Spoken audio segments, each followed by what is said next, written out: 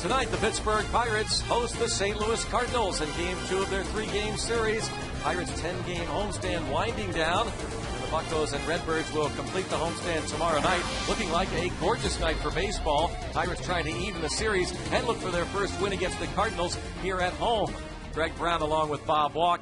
Bob, the Pirates, the rest of baseball can't seem to figure out Albert Pujols. This guy is inhuman. Again, last night he hit the home run number 399 for his career. He is just an amazing player. He's really hot right now, and Greg, I don't think he's dominating right now the National League like nobody has since Barry Bonds and his San Francisco Giant days. And you have to treat him just like they treated Bonds back then. Do not pitch to him. Don't let him beat you. That's the only thing you can do right now when he's swinging the bat the way he is now, because we're not talking single-double. He's going to put the ball over the fence. Look at those career numbers against Mahalam. 593 average against tonight's Pirates starter. As if that isn't tough enough, the Bucs will oppose Adam Wainwright, 17-7, league best ERA of 2.06. Oh, as tough as they come. Your right-handers hitting just 2.04, so you got to stack the lineup with a lot of lefties. Absolutely. Because they're hitting 2.18. That's a smart move. Yeah, stack the deck against Wainwright with a bunch of left-handed hitters. In terms of the Pirates' offense,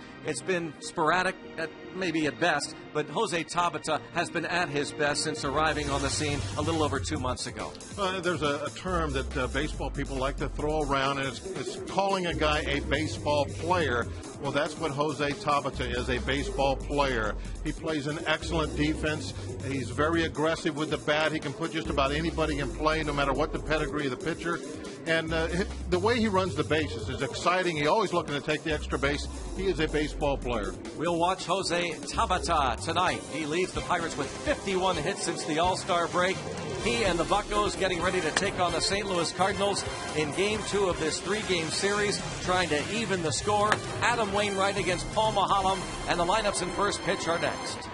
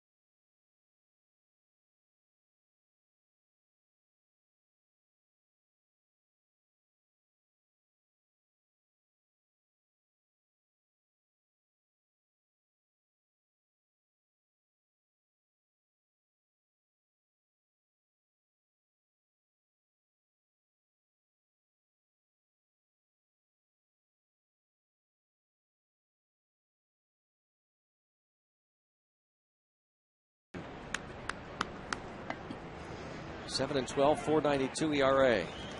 And raring to go. Finished his warm-up tosses early and wants to get after him.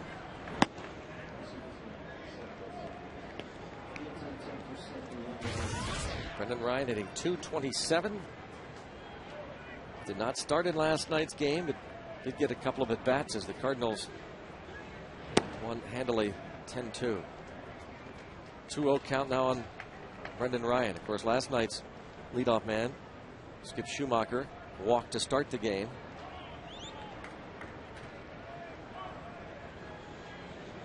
Mahalam tries to avoid that from happening, and it's 2-1. Yeah, the game got away from the Pirates early last night, that 4-run first inning. Certainly don't want to get behind very far early in this one, not with Wainwright on the mound. Strike called as Ryan showed bunt, 2-2. Take a look at Paul's numbers this season. I'm sure he would like to work on most of those. Opponent batting average, ERA up higher than he'd like. Out of play, 2-2. The count remains on Brendan Ryan.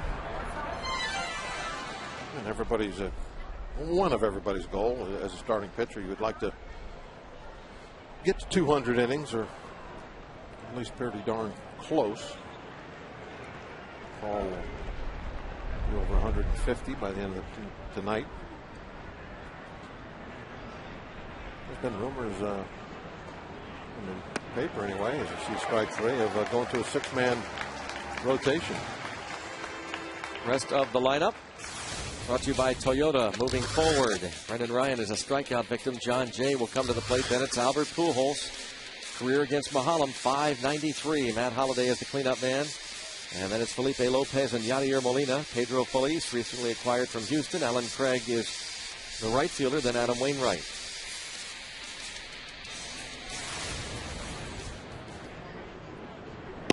Holliday only has one hit, even though it was a home run, but just one hit so far off Mahalam. I think 1 for 14. I think I looked at it, and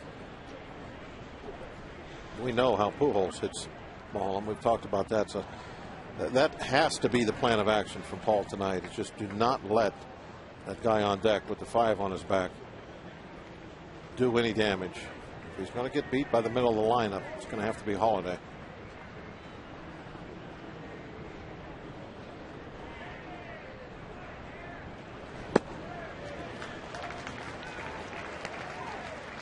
John Jay, the current top batter among rookies in the National League, with a count of 1-2.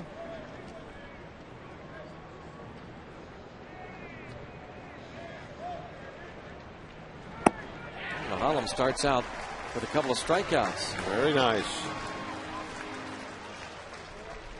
PNC Achievement presents the numbers on Albert Pujols for the Achiever in us all. Career Cardinal ranks: batting average 5th, runs 3rd, doubles 3rd, homers 2nd, RBIs 2nd, on base percentage 2nd, tops in slugging, multi-hit games 2nd.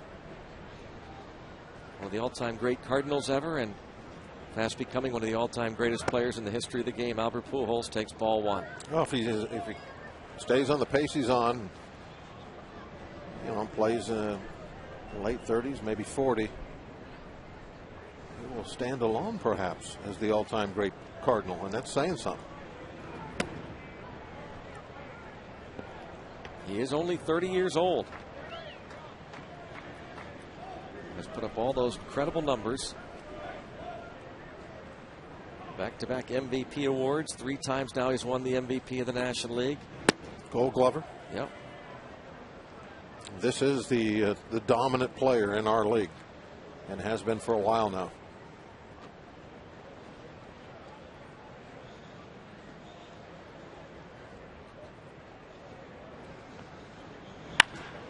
.30 swinging and a base hit. He probably doesn't get to take 3-0 very often. Always going to let him go for it.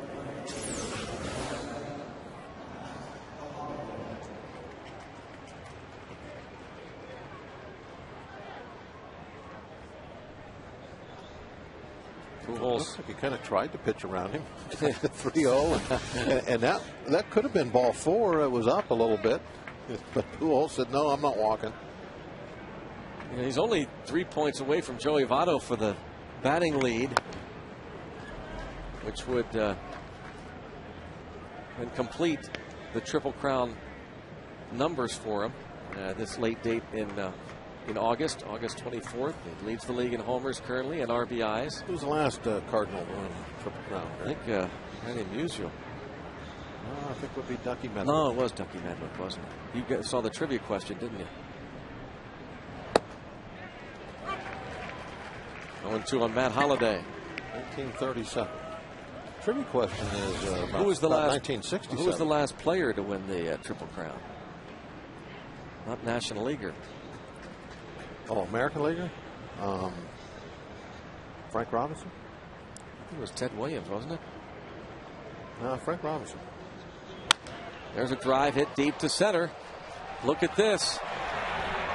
Matt Holliday on an 0-2 pitch gives the Cardinals a 2-0 lead. And now he has just 2 hits, but both of them home runs. But this is you want to pitch to Holliday. You can't pitch to Pujols, but you have to make hit a better spot on 0-2. 0-2, and Holliday hits his 22nd home run of the year. It's the 14th allowed by Mahalam. And he crushed that one. The strategy was good here. Execution was poor. That's all you can say about what has happened here in the first inning. Felipe Lopez bounces it to second. Walker to first. Pujols had a base hit on the 3-0 offering, and then Holliday hit the home run on the 0-2 pitch, and the Cardinals lead 2-0.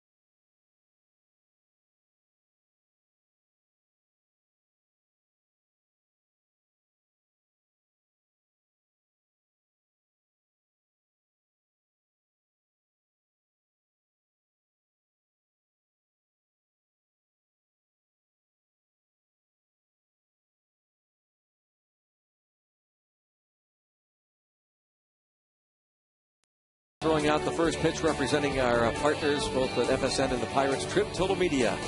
Kate Guerrero throwing to her son Justin. Thanks to the great folks at Trip Total Media, and a job well done too by Kate. The challenge was on. Tim Benz, our sister stations, the X, said that they had a bet on it that she couldn't get it to home plate on the fly, but she did a pretty good job. Not bad. One hopper. Wainwright's phenomenal numbers.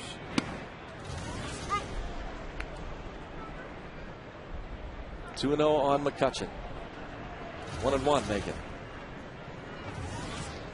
1 ball, 1 strike. And now 1-2. Adam Wainwright. 17 wins, 7 losses, a 2.06 ERA. It's his 3rd start this season against the Pirates. He'll retire McCutchen. And here's the rest of the Pirates lineup, brought to you by Suzuki. Tabata will come to the plate, then Neil Walker and Garrett Jones. Pedro Alvarez, Ryan Domet follow. Lastings Village, Ronnie Cedeno and Paul Mahalam. The starting 9 against Wainwright.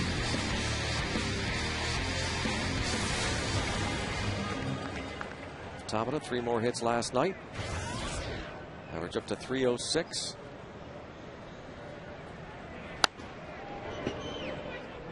He is 5th now in the league among rookies. Second most hits since the All-Star break, right? Behind Starlin Castro of the Cubs. And right up the middle.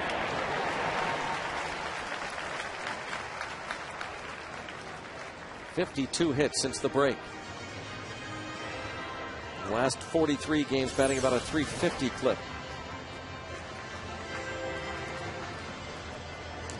Sends this right back hard, right over the mound against one of the very best pitchers in the league. Doesn't matter who's on the mound. Neil Walker batting .293.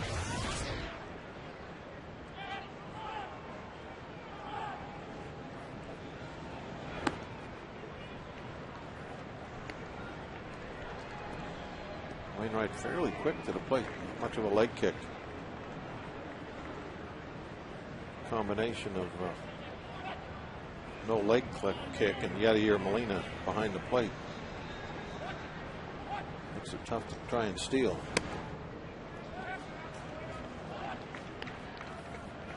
Two 2-0 on Walker, batting from the left side.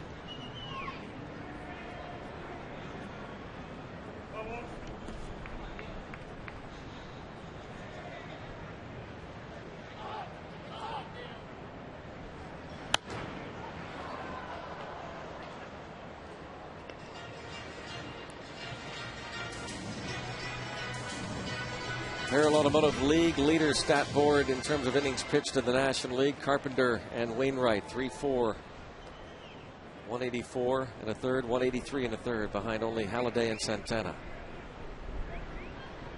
Merrill.com definitely worth the click.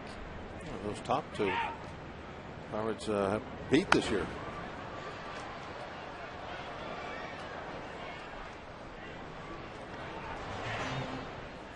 Nice to add Wainwright to that list.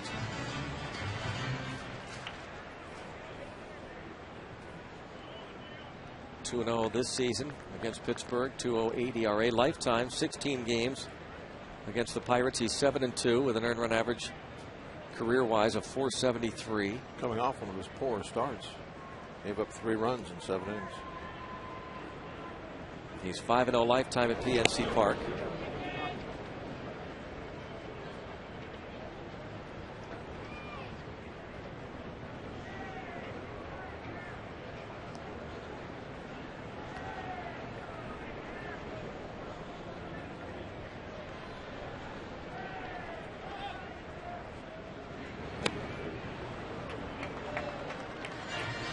Falls behind now. Walker 3-2.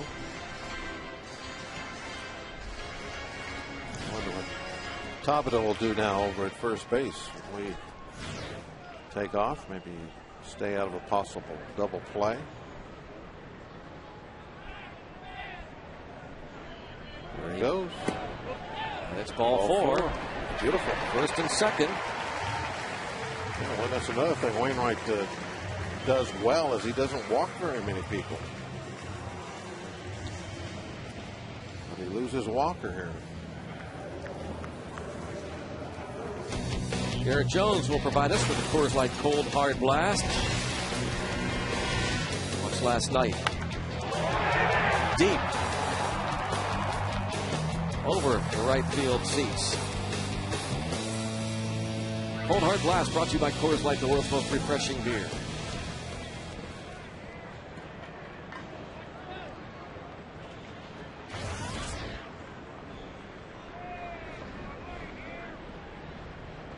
It's a nice opportunity here to maybe answer that first inning home run.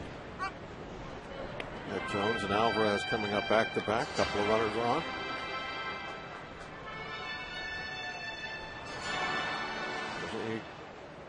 go after a guy like Wainwright, you think that you're probably not going to get too many opportunities. You need to cash him in. He'll get one. Definitely not a double play ball. He tried to turn it. Jones, who for a big man can get down that line pretty good, beats it out. Walker erased on the 6-4 put out at second. Tabata at third. Now the batter Pedro Alvarez.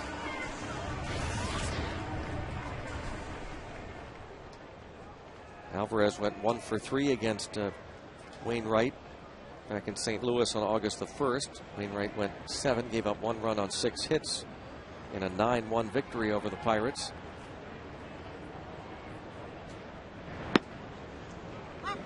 Strike on Alvarez.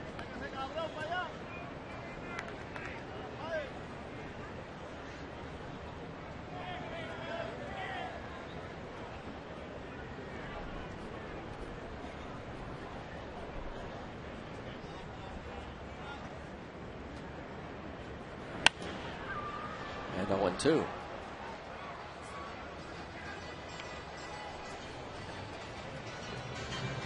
Ten homers, 35 RBIs for Alvarez.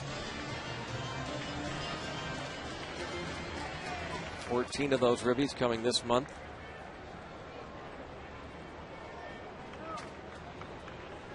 Wainwright will turn 29 years old in 6 days. Look to third, look to first. Wainwright finished third in the National League Cy Young voting last year. He's not a pitcher that has something he just goes out there and dominates with. He has better than average stuff mixed with real good control, and that makes him a tough customer. Strikes him out on a changeup. Pirates leave 2, and after 1 inning it is 2-0 Redbirds.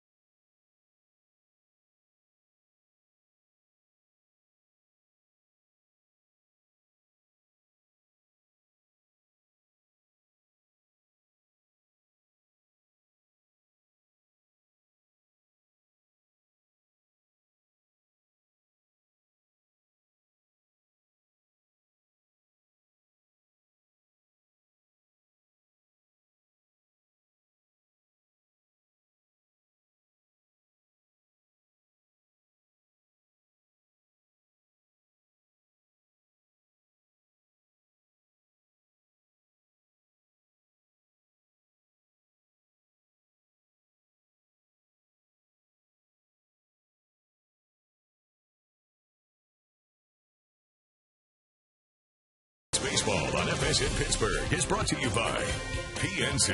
PNC for the achiever in us all. By Barrel Automotive. Barrel.com. Definitely worth the click. By your Toyota dealer, where quality, dependability, and good MPG all come standard. Toyota, moving forward. And by your Western PA Honda dealer. 2-0 St. Louis. Paul Mahalam faces Yadier Molina.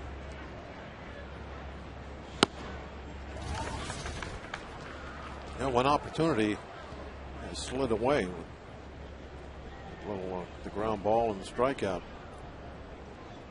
I hope that we're not looking back to that bottom of the first thinking, well, we should have got at least 1 out of that.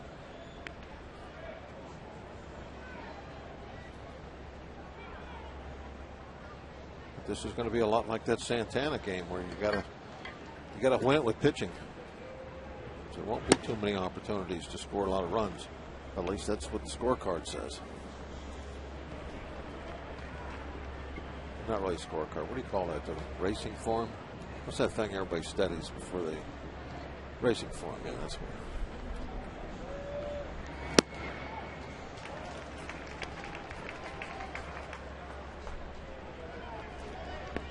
2-2 on Molina. 3 hits last night. Starting his 26th straight game and 44th of the last 45 games. Says he doesn't want a day off. That's what they pay him for. Tony La Russa said he's going to try and get him at least one day off of this 10-game road trip. So Molina, he doesn't take days off. There's no taking days off among the Molinas. It's one of the things that compared over the holidays. He took the least days off. Yeah. Full count. Catching Molinas.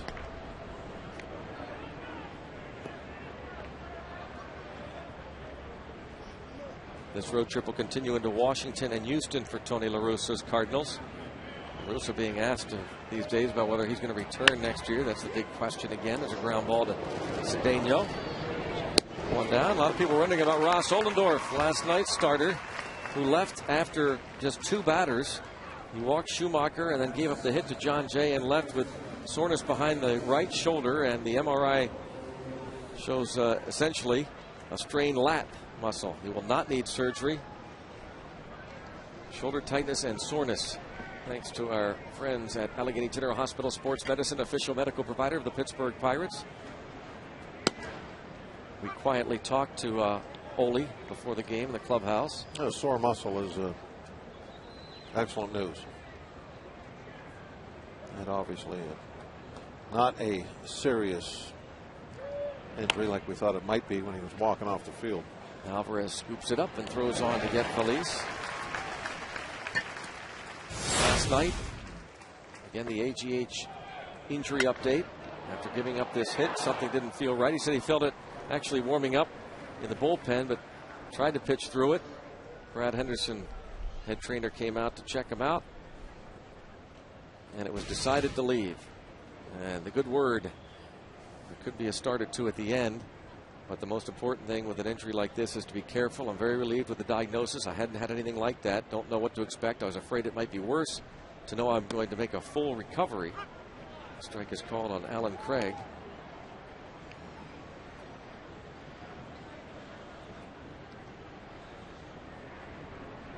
Basically really encouraged by it all. 0-1 count on Alan Craig. And now 0-2. The right fielder.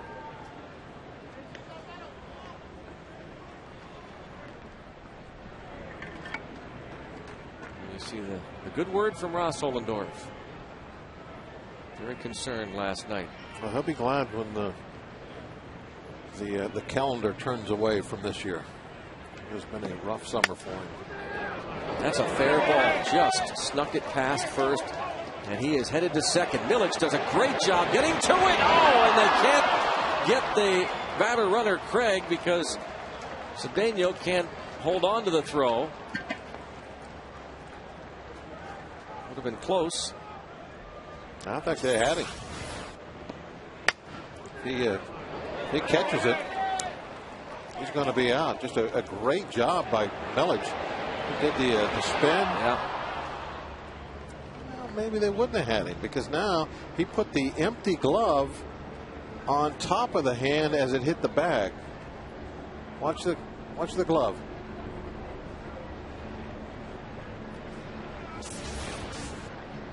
Now the glove was late. Didn't make a difference. The ball wasn't in it, but still. I thought he was going to be out by quite a bit.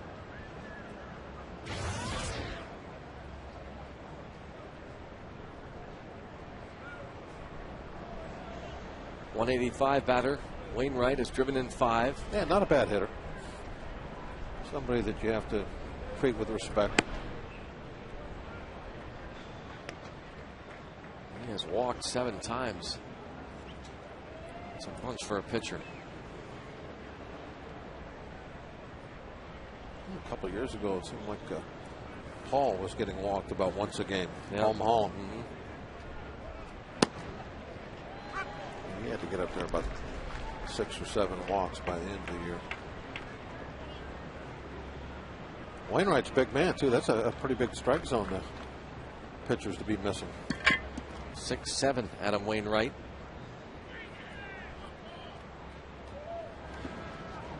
Of course, all of those walks come as a number 8 hitter. That could have something to do with it.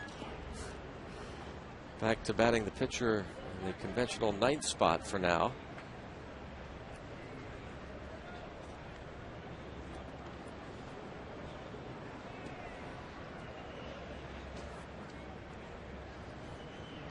Two and two on Wainwright.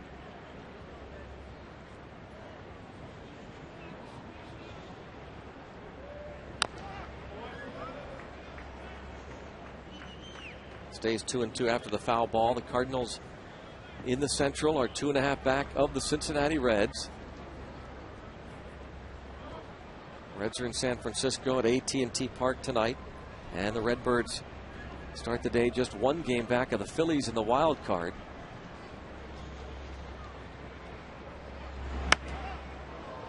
Lifted toward shallow right. Millage makes the catch. Head to the bottom of the 2nd inning. Cardinals lead 2-0.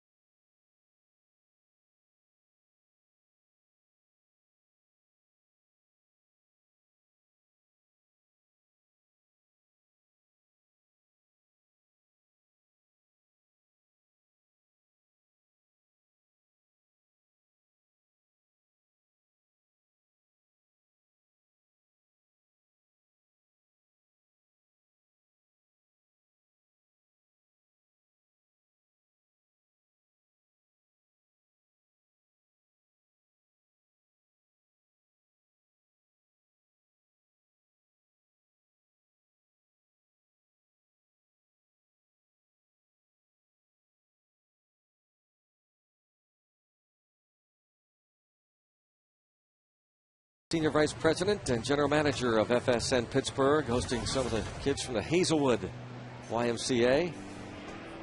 That's Ted there in the sport coat.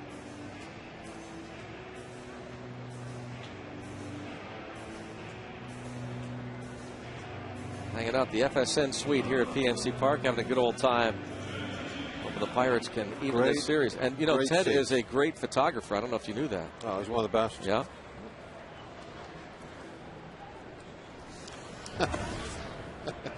See Ted wave at us? Yes. We should have waved back. Domit Millage Cedeno.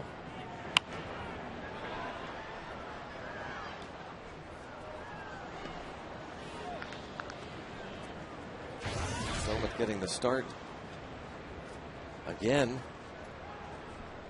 tonight behind the plate. Was 1 for 3 last night. 3 for 26 on the homestand. 2 of the 3 hits have been home runs. And now 2-1 the count.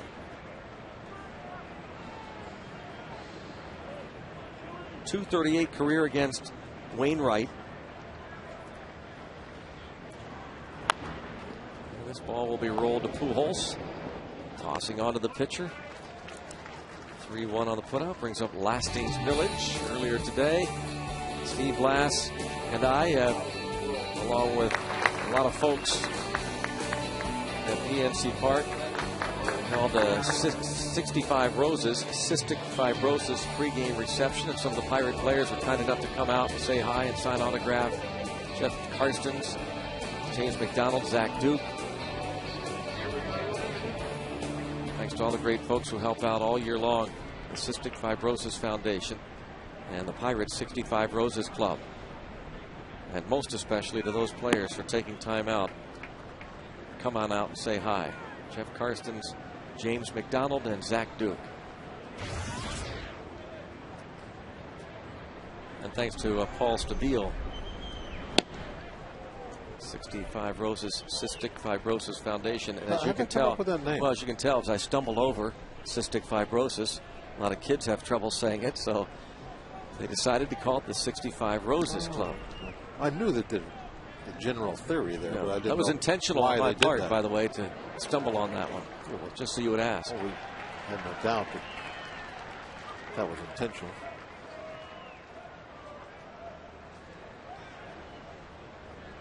Thanks very much for all the people that help out all year long. Great cause. And making great strides, too.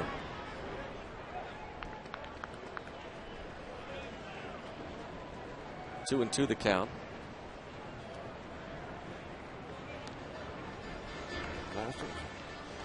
Pointing at his eyes again. Got away from that for a while. 4. Gave it 4 points that time. Base hit for Millage. He got a hanging breaking ball. Off speed, up in his eyes, and bangs it to right. Very good location on that pitch by Wainwright.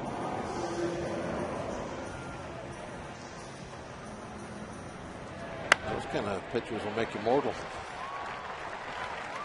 You won't have a 2 ERA very long. Throw the soft stuff up there.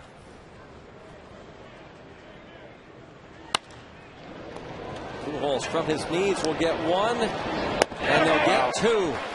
He's a Gold Glover to boot. He does it all. Albert Pujols.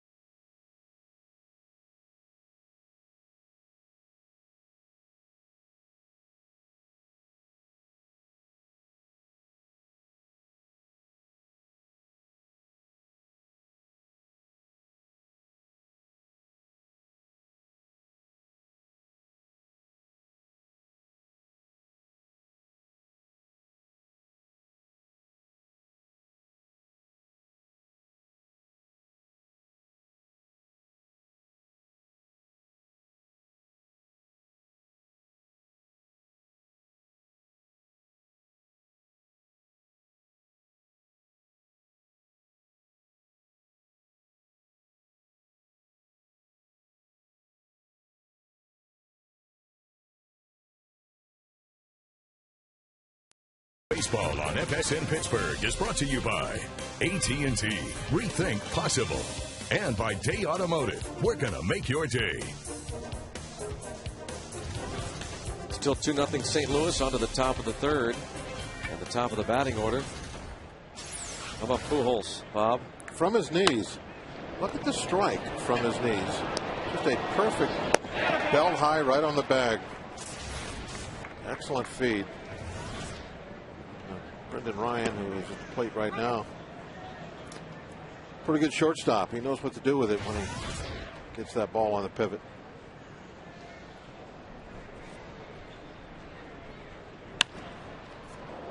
Cedeno hurries and gets Ryan. Nicely done there by Cedeno. A shot of that Pujols play again. He goes down on one knee. Look, he didn't even wait to see Ryan catch the ball before he turned and went to the bag. Now, from that view, the throw wasn't as good as I thought it was. It was a little off the bag, but Ryan cleaned it up.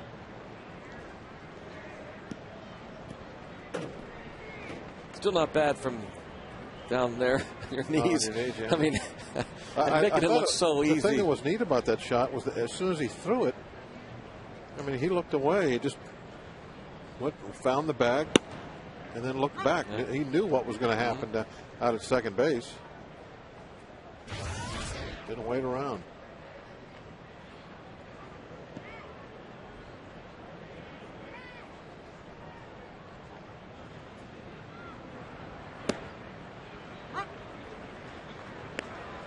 Mahalem started out the ball game by striking out Brendan Ryan and John Jay.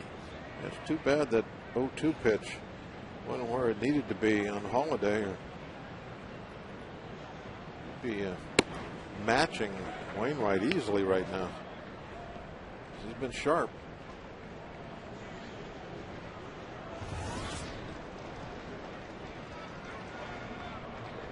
Working ahead. Back to Mahalem.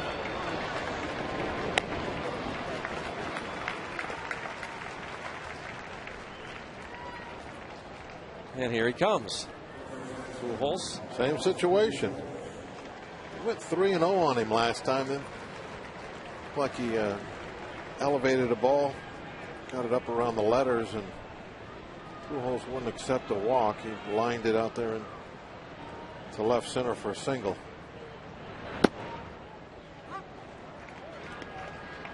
Maybe a little slider on the outside corner.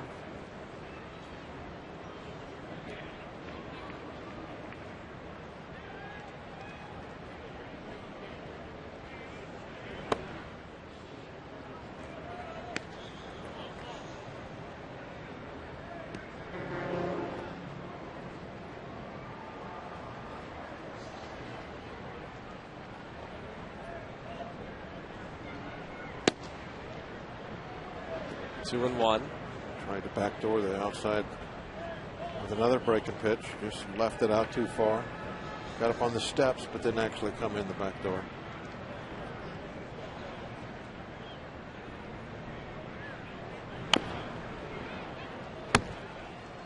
Two 2-1 curveball.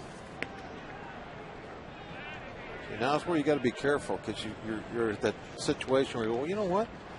I think I might have him here. Yeah. Don't think that. Be very careful, even with the 2-strike pitch. Fastball away. Okay, now get it off the plate. He did. Perfect pitch. Excellent spot for that ball. You could actually even maybe get a strike called when it's that close. I mean, I don't think Paul could have went in there and placed it any better than that.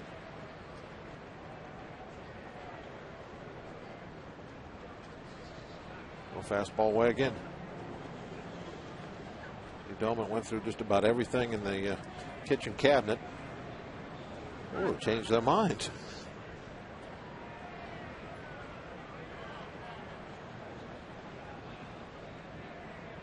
I couldn't tell. My eyes aren't up to snuff. Down the line and left. That's a fair ball. Amazing. That's a double. He is now against Mahalem, 18 for 29 in his career. And they got ahead of him with the breaking ball. That might have been the worst thing that could have happened, because then he decides to go ahead and pitch to him and throw him some strikes. Didn't make that one, and then the 3-2 pitch. He's just trying to throw a breaking ball, probably, you know, not right down the middle, but at the knees. Maybe he can get a strikeout on it. 3-2. Instead, it's a double. When a man has you, he's got you. Just you got to face up to it and say, okay, I can't get this guy out, and I got to live with that. There's a few people that are always like that, no matter who you are. I mean, you could be, you know, somebody like a Roger Clemens, for instance. I guarantee you there was somebody that, you know, maybe didn't hit him quite like Pujols hits Mulholland, but somebody hit him good that he was aware of, and you just have to say, okay, there's something about me that this guy sees and likes. I can't get him out. But that is definitely the case with Paul and Pujols. You can't pitch to him. You know, maybe with 2 outs, nobody on base, but if there is any chance where he can hurt Paul tonight with runners on, you got to pitch the number 7, even though number 7's got the I was just home run. wondering why, with first base open, I mean, these guys are just such a dynamic duo. But Holiday against Mulholland is just 2 for 15 in his career. 2 home runs, though. Yeah. Was there anybody in your career that owned you? Like a Pujols owns Mulholland? Oh, we looked this up the other night. I can't remember now. I know off the top of my head it was Lonnie Smith. Had great numbers off me, but I think there was somebody that might even been better. But Lonnie Smith, I know, was the guy that at no part of my career, except when I was playing with him, could I get him out. I didn't get him out then, but he didn't get any hits off me either. That was a draw. Here's the home run in the first inning on an 0-2 pitch.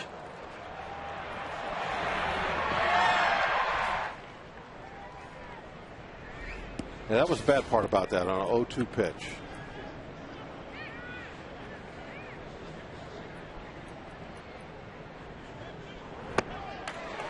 On this 2-2 pitch, he strikes out Holiday, leaves Pujols at second. 2-0 St. Louis.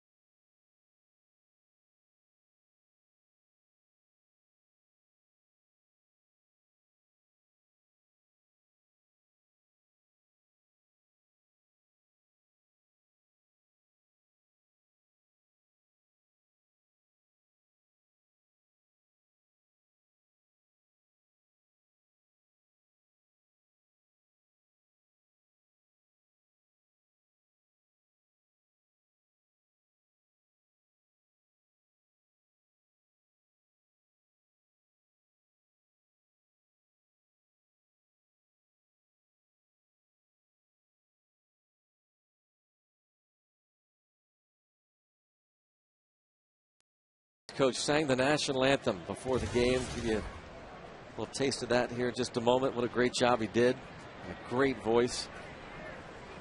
Great guy, hard worker. Very talented. Only third base coach. Again, the great voice of Tony Beasley. You'll hear in just a moment as Mulholland takes a strike against Adam Wainwright. 1 ball, 1 strike. Mulholland 106 batter. 5 for 47.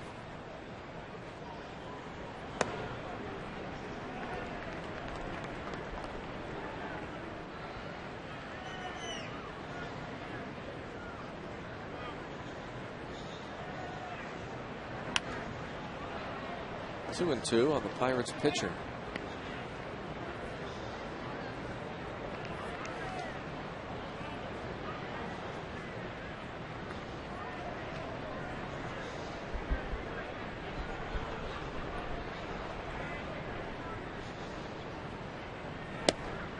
Got him.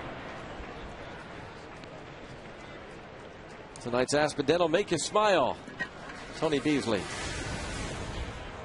Oh, the land of the free and the home of the brave. Beezer. And they're all smiling. Job well done. What's that other song he sings? Was it Peanut Butter and Jelly? Peanut Butter and Jelly Time. Now that, we got a game singing that. I asked him if he would do that tonight. I said, after you've done the anthem, just do a quick Peanut Butter Jelly Time. Peanut Butter Jelly. He said, no. Oh, now that's a treat. More ways than one. Yeah. Andrew McCutchen battling through a pretty severe flu bug. Doesn't want to take any time off.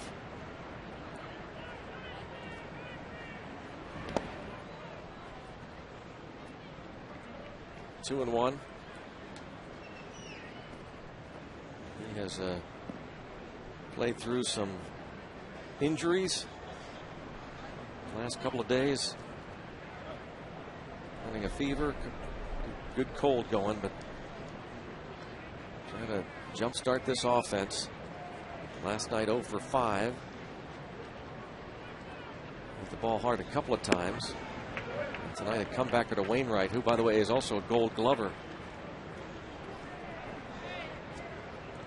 Wainwright last year 19 and 8.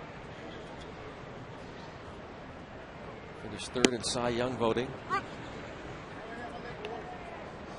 Behind the winner, of course, Tim Lincecum and his teammate Chris Carpenter. Led the league in wins and innings pitched through 233 innings.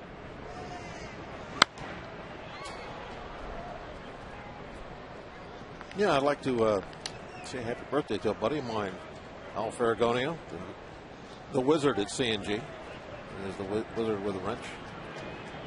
Happy birthday, Al. And in stereo. And Al's grandma, Grandma Jewel. Happy birthday to you. Grandma's going to be 100. No. Well, Wainwright didn't realize the ball wasn't in the glove initially, but no panic. It was right there. The Grandma Jewel, 100 years old Thursday. How about that?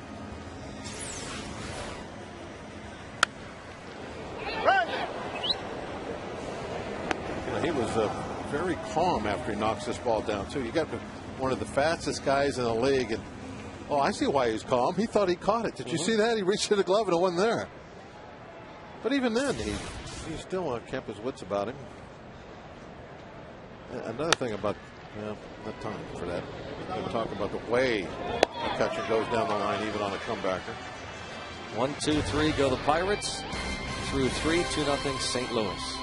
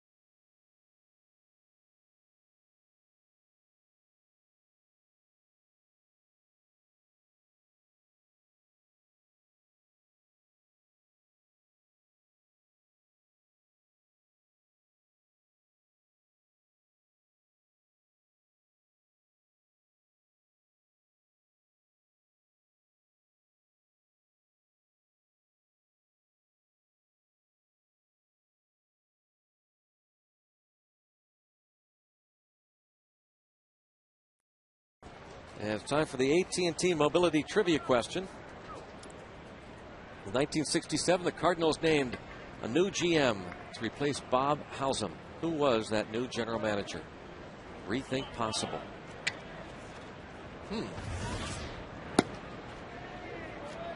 Now this is a tough one. Probably a little easier for the people that live in St. Louis.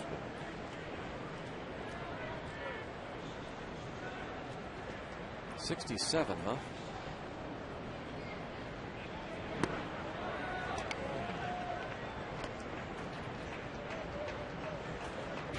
So who was that came over from the Yankees, the home run hitter?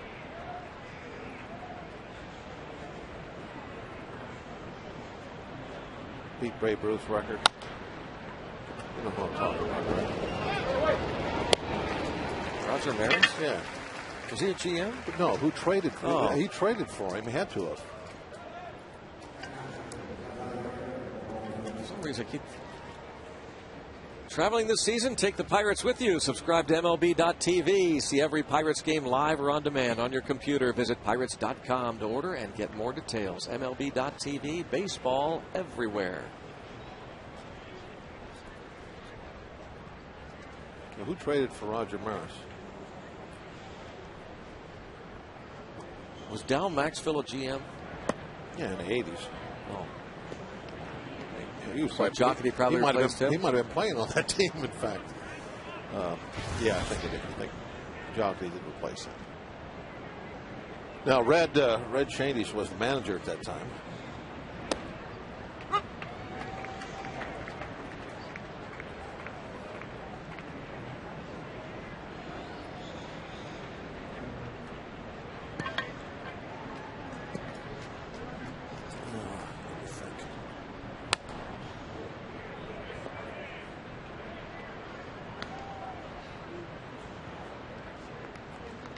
It's a tough one.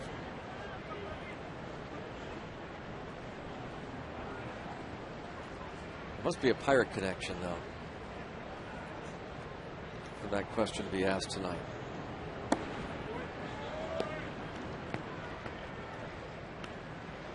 That's a possibility. Might not be the answer. Well, why would they just all of a sudden throw this question out there out of the clear blue sky if there weren't some Pirate connection? They're gypsies. You can't ever ask that question. Why? And Molina bounces one past Garrett Jones, a one-out single. Last night, Molina had 3 hits, drove in a pair.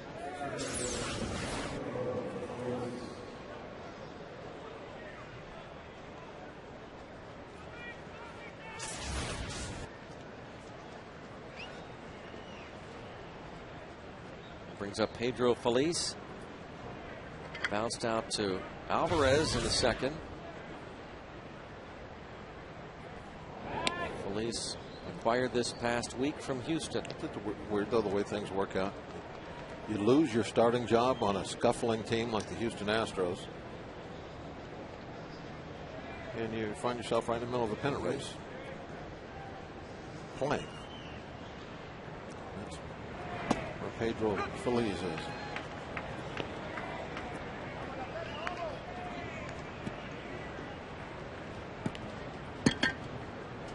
Chris Johnson took over that starting job, the rookie, the Astros.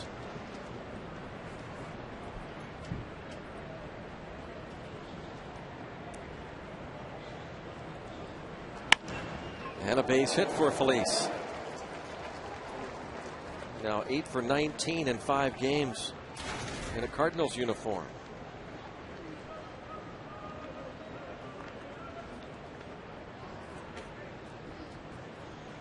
You can't give up too many runs, obviously, with Wainwright as your opposition.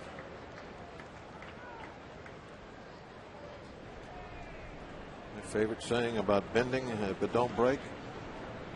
There's some pitchers you go up against where you have to bend a lot less. This is one of them. Alan Craig doubled to right field his first time up. And last night, this 26-year-old rookie was 1 for 3 with a pair of walks, scored a run.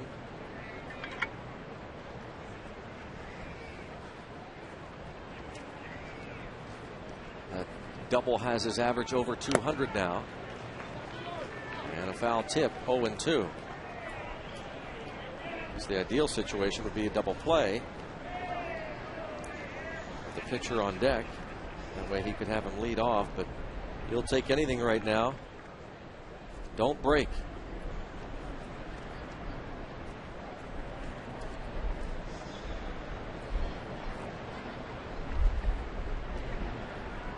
Get out of the inning without any more runs being scored. I think, most of the time you're thinking, if I give up 3 runs, I still got a good shot at winning a ball game. 3 runs against Wainwright, you're talking a little iffy. Obviously, he's only averaging giving up 2.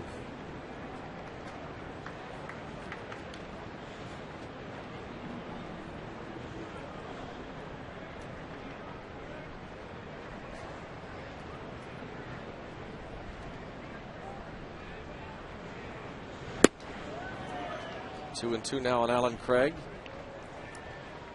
Shout out to longtime Pirate fan Terry Dietrich, Ridgeway, Pennsylvania.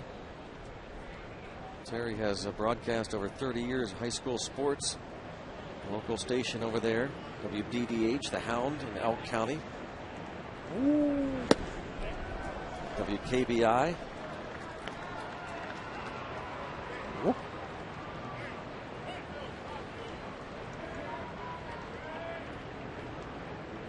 Terry Dietrich, that howl was for you. Bob Walk, not only a shout out, but a howl out. 3 and 2 on Alan Craig.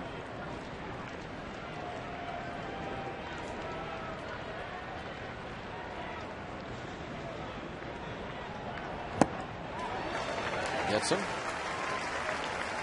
4K for Mahalam. A big out right there. Pitcher coming up. Beautifully done.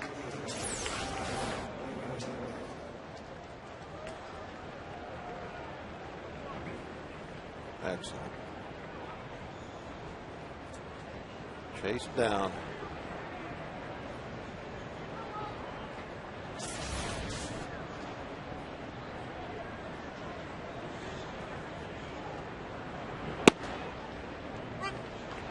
Wainwright flied out to right field in the second.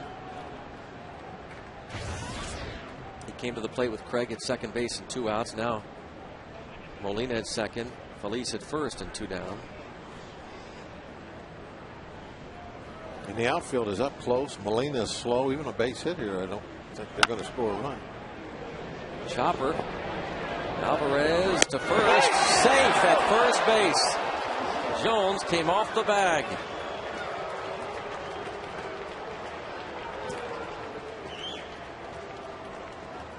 Off the bat, you could see it was going to be a very tough play. Pedro playing a few strides back, trying to give himself as much range as he could. Good throw, would have had him though.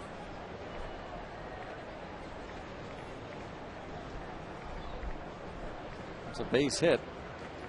The HH cam. Oh, what a great look at the way that ball goes into your hand and into your palm, and then as you're bringing it up, you got to change the position of the ball, get the 2 fingers behind it to make the throw. All in one quick motion. I guess I'll have to ask, well, I could ask you this, but maybe you might defer to Rock, John Wayner, or somebody, Bob, about a question I've asked oftentimes, whether third basemen sometimes think about that bare hand more times maybe than they should. To me, it looked like right there was a prime example of it, that if he just thinks glove the whole way, he doesn't change direction, he doesn't slow down. He comes in aggressively, scoops it up, and throws on to first. I wonder if that might be one of those plays where third baseman's better off rather than the bare hand. Hopefully a moot point, and it will be. Moot. They leave them loaded. 2-0 St. Louis.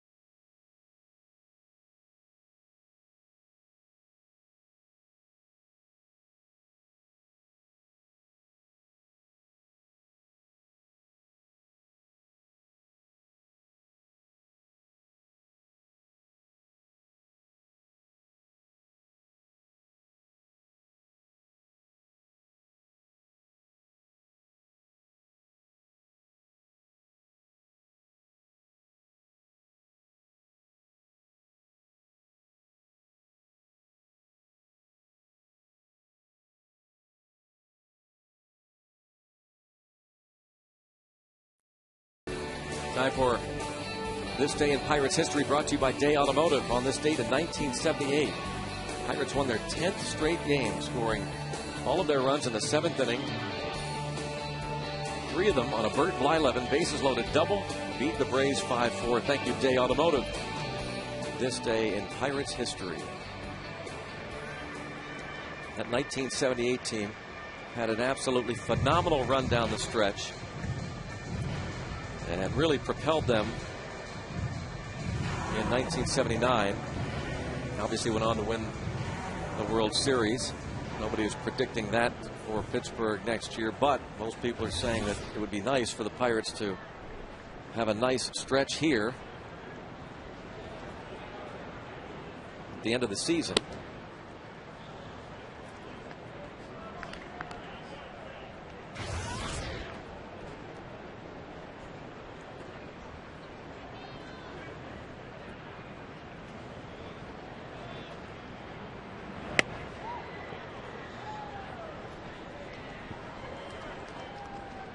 Two-0 count on Neil Walker. Get a leadoff hitter on him. See what we can do.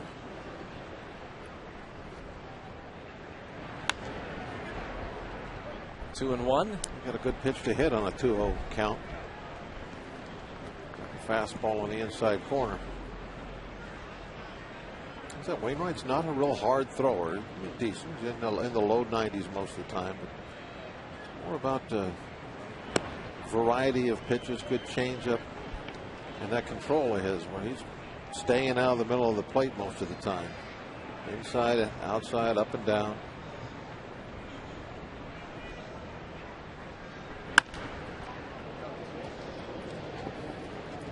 Four, 3. One down in the bottom of the 4th. AT&T Mobility trivia question. Let me ask you a question, Greg. Who do you think's the all-time greatest Cardinal? Well, we already answered this earlier if you were listening when the question was asked about the Triple Crown. Well, we knew there's a tie to the Pittsburgh region. Stan Musial. Denora's own Stan Musial. One season as the GM and won the World Series in '67.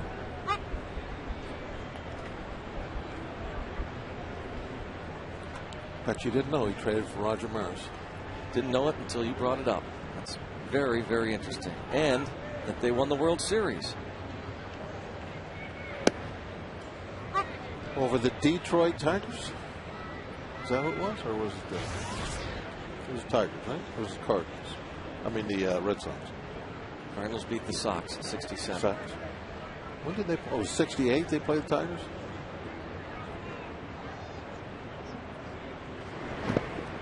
One and two the count. '68 they played the Tigers? '68, yes.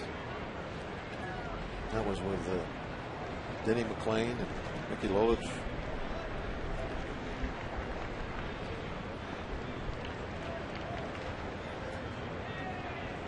Was that the year he won 30? I believe. The year of the pitcher. Well, Wainwright, any year. You could say that about him.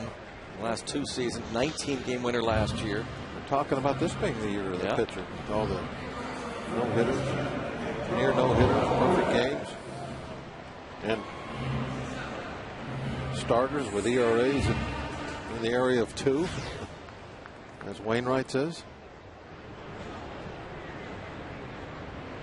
He has struck out 3. He's allowed 2 hits. We got Alvarez to end the first. It would be kind of fitting that somebody wins a Triple Crown in Pujols this year, in a year that everyone is talking about pitching reestablishing itself, becoming more dominant, and there hasn't been a Triple Crown winner in the National League since '37.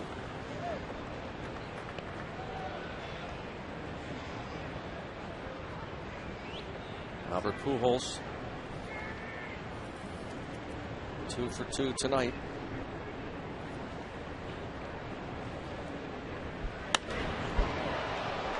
Alvarez towards center, and in right center, Jay. Pirates go down in order, and now Wainwright has retired 7 straight Buccos.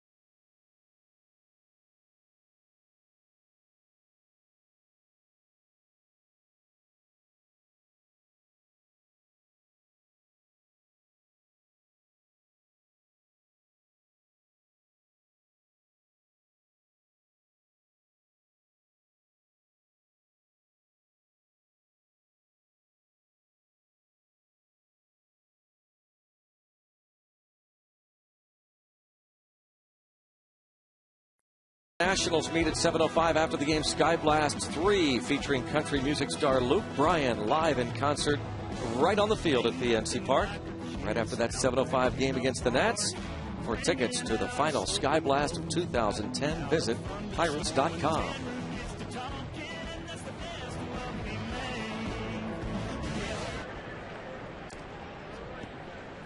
John Jay at the plate has struck out and going to come back into the mound. Then Pujols.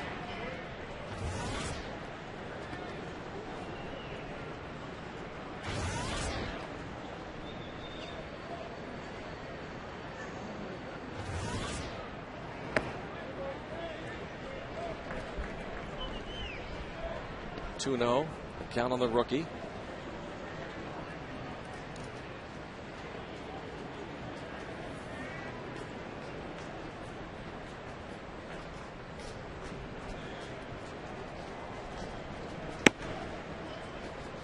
Three and 0.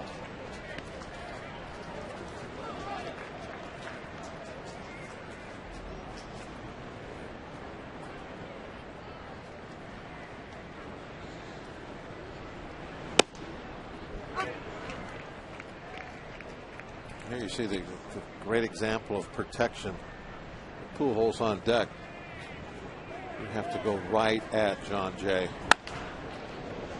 He does, and Jay will ground out to second. Can't mess around, can't walk him. If he gets on, he's got to do it with a bat.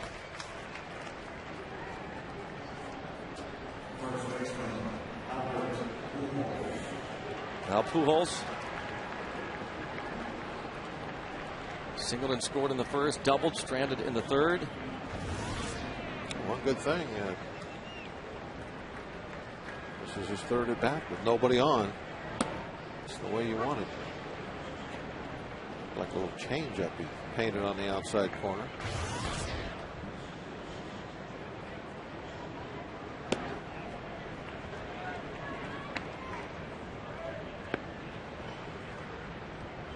Gypsies did some research.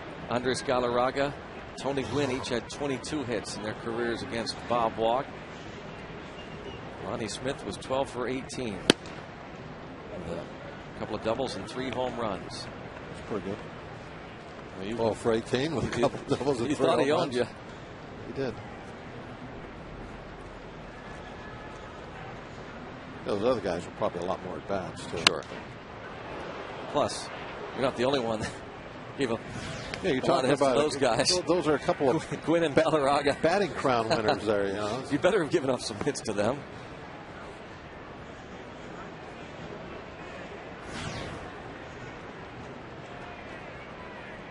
Two and 2 on Pujols.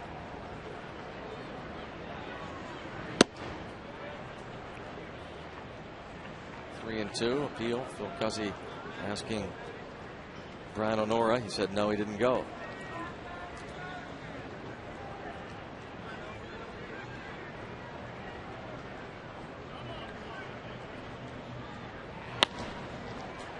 Cedeno and Mahalam will retire Pujols. Got him out.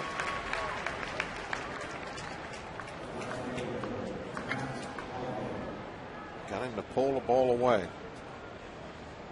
Even if you're superhuman, that like smile. Superhuman like Pujols, if you get him to pull a pitch on the outside corner, even Pujols will roll over on it, put it on the ground sometimes. And that's what happened there. And that shot said it all about how Mahalam felt to finally get him out. Yeah, I think the umpire said something to him and got him to smile a little bit.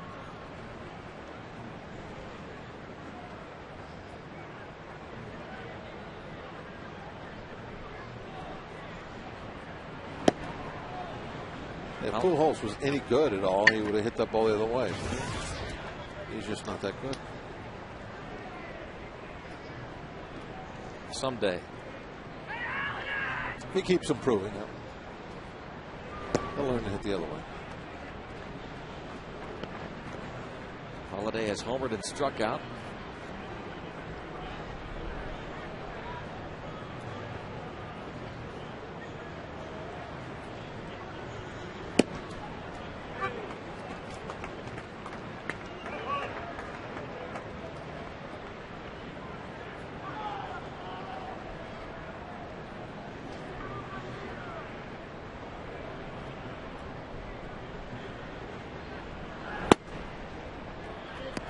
Walks him on the 3-1, and now he'll face Felipe Lopez.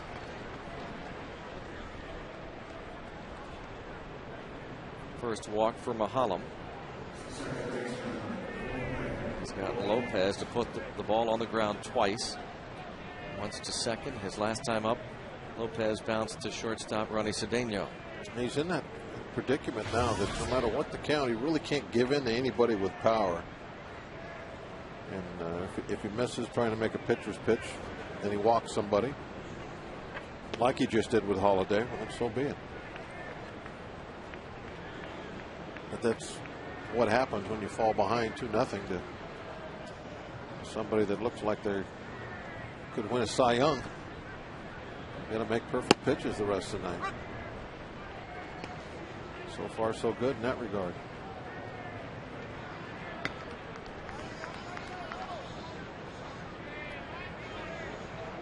Lopez, a much better hitter from this side of the plate. Almost a 300 average, close to it. 222 from the left side.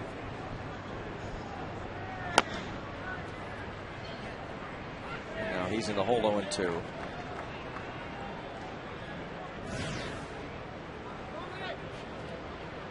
Lopez played short last night. He's at second tonight with Brendan Ryan in there.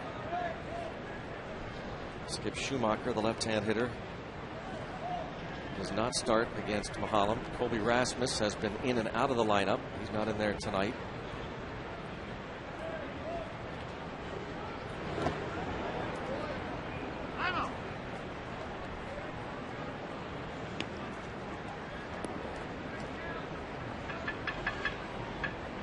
Houston leads Philadelphia 2-0. Carlos Lee, another home run, his 17th. There in the 5th. As we said, Philadelphia leads the wild card by 1 game over St. Louis and a game over the Giants. Runner goes from first back to the mound. Mahalam will retire Lopez and put another 0 up there on the board.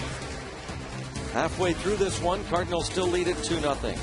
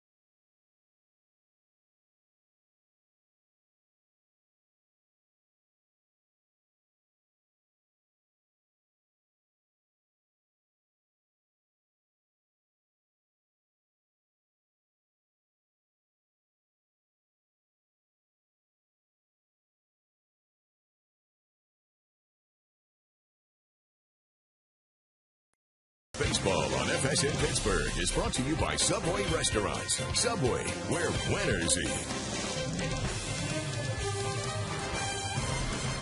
Ryan Doumit leads things off. The Pirates trail by 2.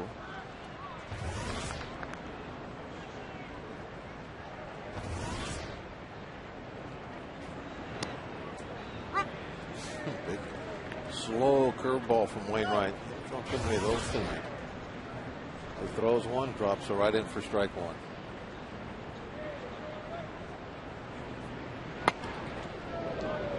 Same thing for strike 2.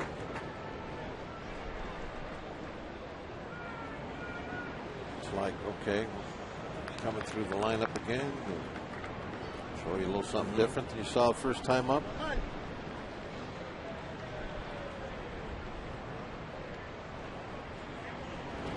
Same pitch. Put it on the ground, right exactly where Molina wanted it. You saw him tapping his glove in the dirt before that pitch was thrown. Very efficient tonight for Wainwright. You know, still has the fifth inning to get through. Strikes out Dolman. Slowed the bat down with the slow curveballs and got the fastball, elevated it away for the strikeout.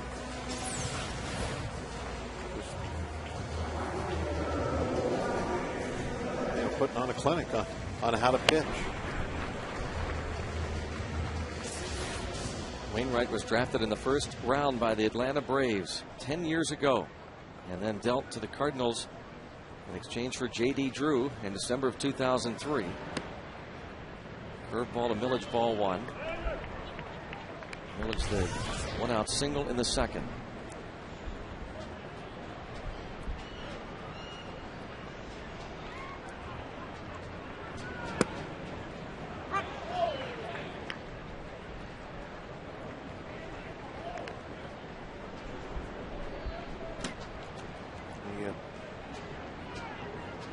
Something off speed up high to Millage with 2 strikes last time up. He hasn't thrown too many bad pitches tonight. That was one that Millage made him pay for. Banked it out in the right field.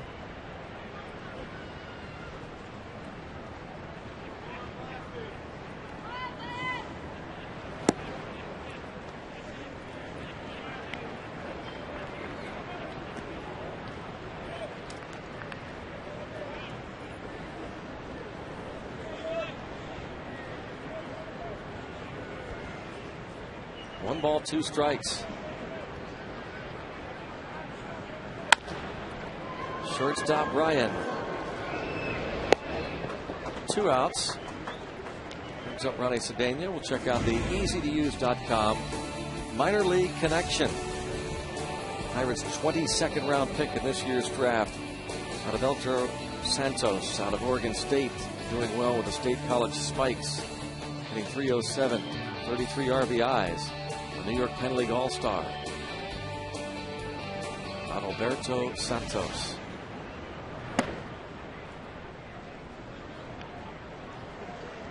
It's a great team name, isn't it? Spikes. Yep. The tie-in with the shoes, the Spikes. They're the youngsters of the minor leagues. Spikes. Get it? Yeah, that's really good. Yeah, I like that. Yes, sir.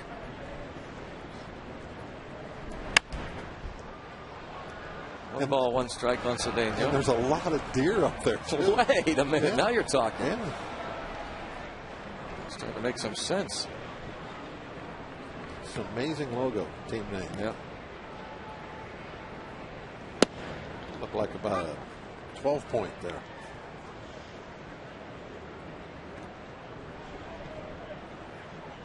Look at all those points on those spikes.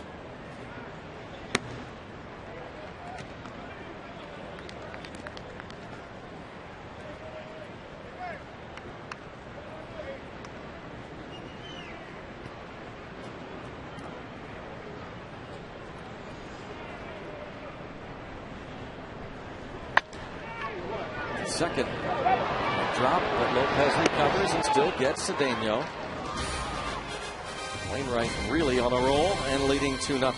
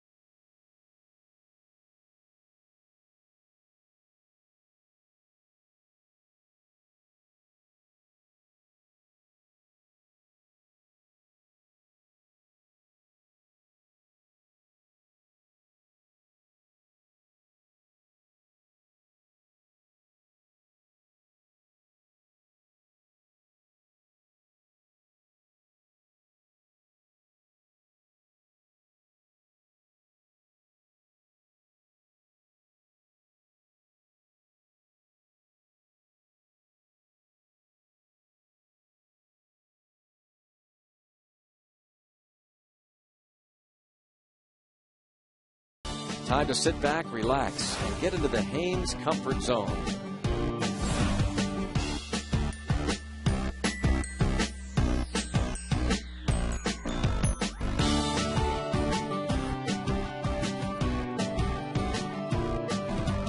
Haynes Comfort Zone brought to you by Haynes. Look great, feel great in a lay flat collar undershirt.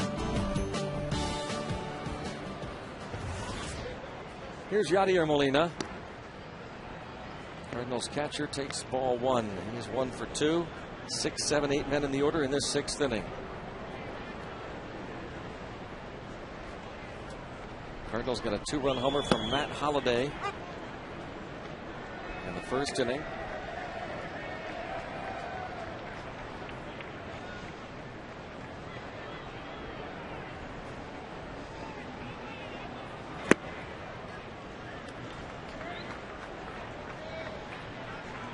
It's a lot of swings from right-hand hitters on that breaking ball of his down. Seems like quite a few more right-handers swinging at his bad breaking balls down than most left-handers. That's the advantage of being a right-hand hitter. You can see that pitch better than lefty can, but they still swing and miss the ones that are down out of the strike zone.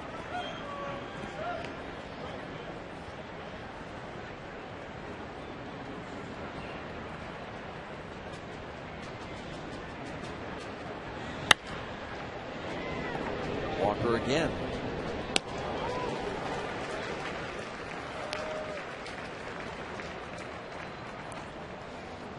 Holland getting a lot of ground balls. Pedro Feliz bounced out in the 2nd.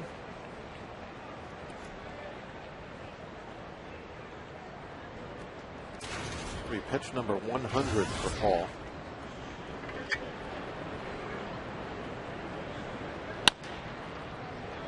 Bounding ball. Nice play by Cedeno. Very smooth. Even though he's at 100, he's gotten 2 quick outs this inning. He can get to 3rd. Look at Ronnie. Very nice. And Paul's very smart. He didn't even think about going up trying to make a play. All you're going to do is deflect it somewhere where nobody can get it.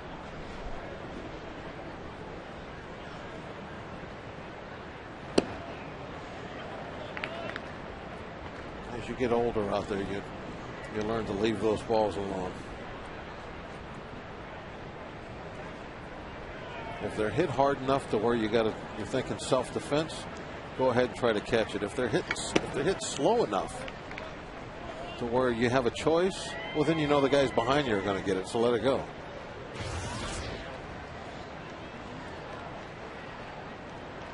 Well, one of them is always cheating toward the middle of the field.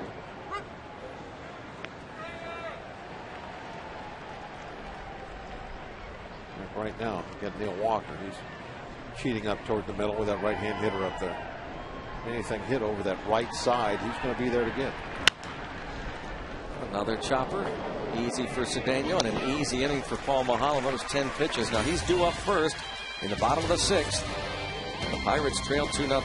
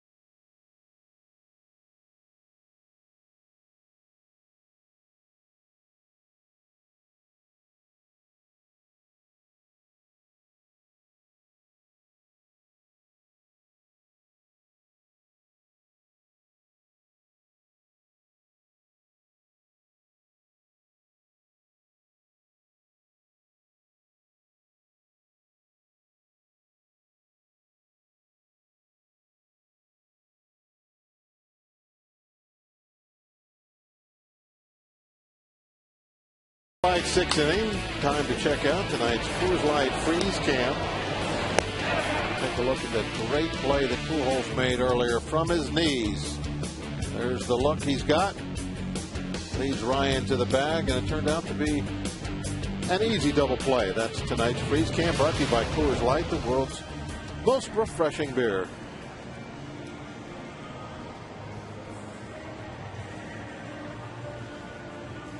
Mahalam struck out looking in the third.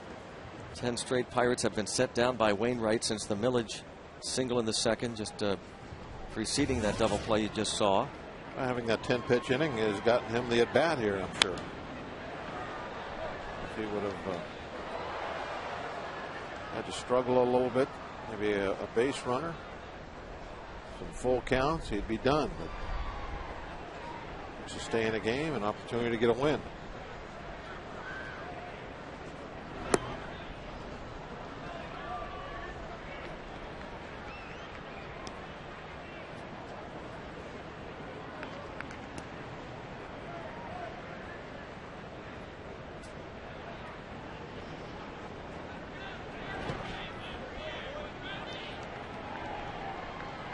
One-two count on Mahalam.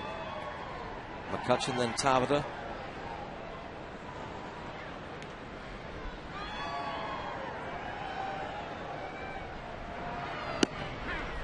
Strike three.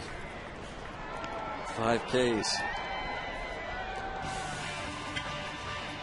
That's the Pirates and Nationals Friday, September 3rd at 7:05. Paul Mahalam showing off the Pirates' fleecy, courtesy of Seven Springs Mountain Resort, that all fans receive. Stay warm during those chilly September night games at PNC Park.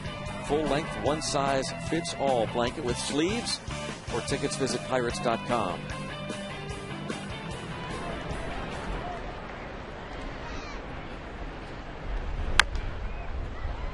Ouch. Down. Oh, left foot, I think. Might have hit the protective.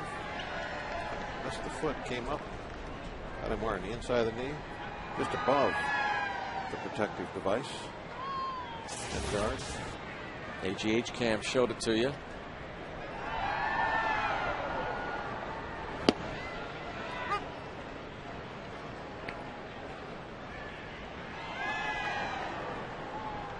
Oh, 2 count on McCutchen.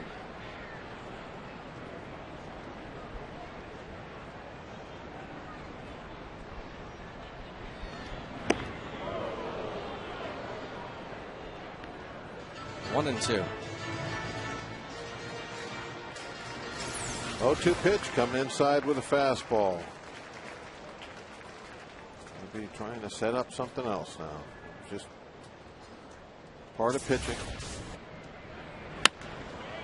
Well, McCutchen was ready for it, into the corner. A 1-out double for McCutchen. Beautifully done. You're going to come back with a breaking ball. After you knock somebody back, you better put it away off the plate. You use that pitch inside somebody like McCutchen for sure is going to get his attention. And now he's going to be thinking, okay, go ahead now, spin that ball up here. And he left it right down the middle and went for a double.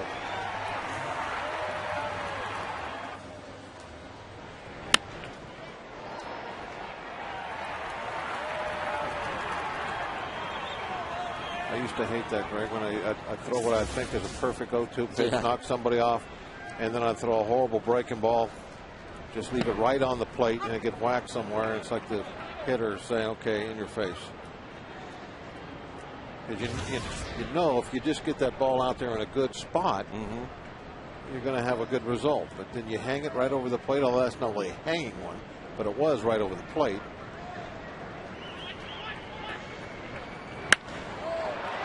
Tabata puts a charge into one toward the trap. Off the glove of John Jay. So McCutchen will score. Tabata headed to third. He is there. It's a 2-1 game. Jay tracked it down but couldn't hold on. 2-1 game and the tying run with just 1 out. 90 feet away.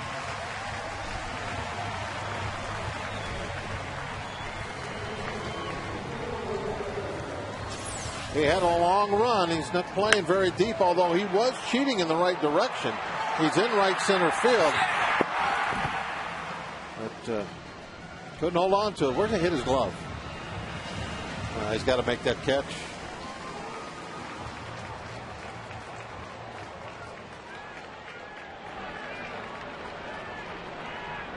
Tabata going hard all the way. Made him pay by getting into third base. Now with just one out. And Neil Walker ties the game. 2-all. And Paul Maholm was able to stay in the ball game by having that clean inning. And now might come out with a W. We can get one more run aboard, or one more run across.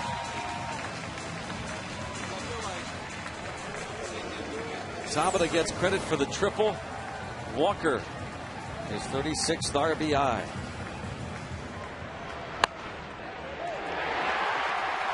A couple of breaking balls will hurt Wainwright. The one that, I guess it was a 1-2 pitch that he threw McCutcheon. Left it on the plate, went for a double, and now this one.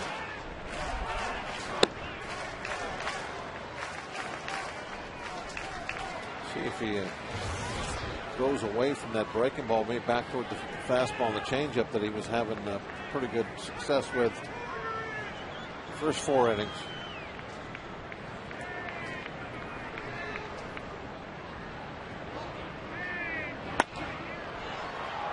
To shallow left shortstop Ryan.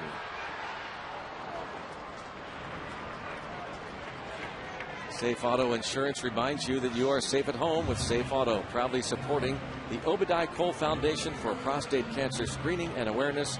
Early detection is the cure. Watch Tabata, the triple.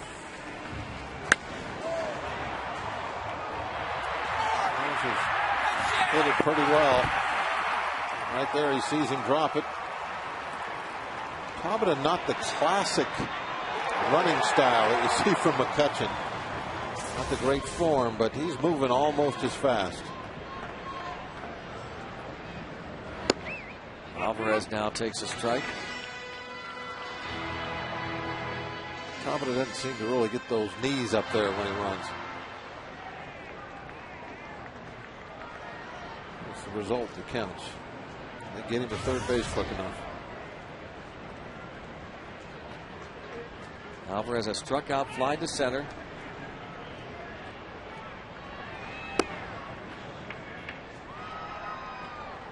By the way, you'll be able to chat live with Alvarez tomorrow on Pirates.com. 2 o'clock. Web chat with Pedro Alvarez tomorrow at 2.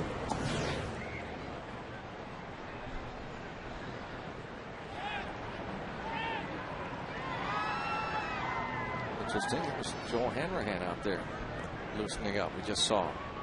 Sure about that? I think. Show that again. I thought it was 52, but maybe I'm wrong.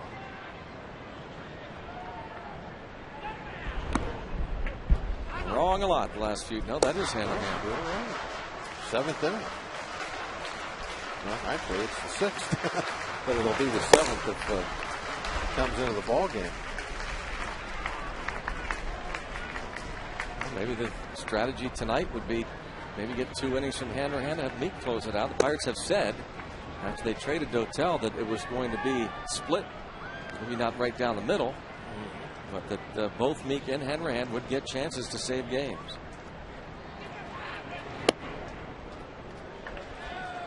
Now a 3-1 count on Alvarez. Here you have a Cy Young contender in Wainwright, a veteran against the rookie Alvarez, and a 3-1 count, a tie game.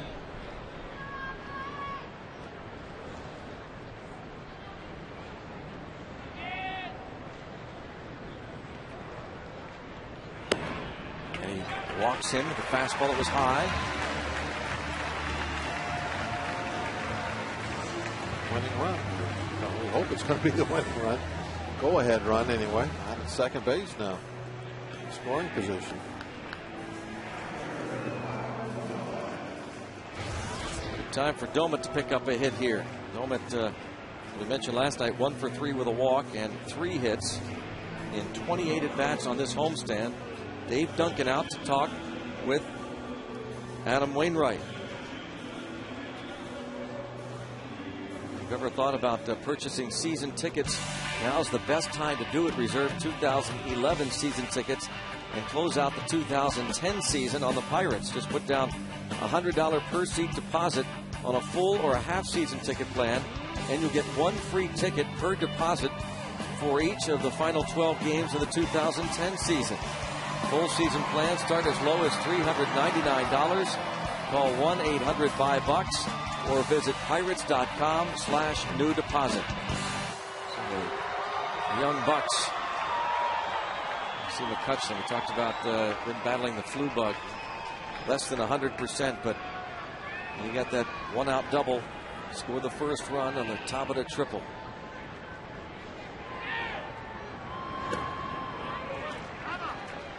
Ball 1 on Doman. Pirates have been able to beat a couple of pretty good pitchers this year. And got another one up on the ropes right now.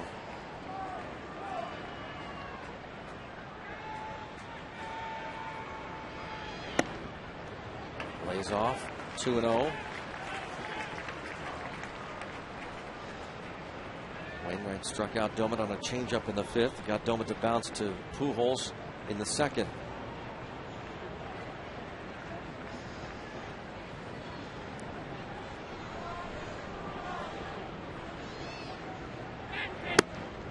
Now ball 3. Wainwright had retired 11 in a row before the McCutcheon double. So after retiring 11 straight, he's retired just 1 of the last 5. And he's fallen behind 3-0 on Doman. There is nobody in that Cardinal bullpen.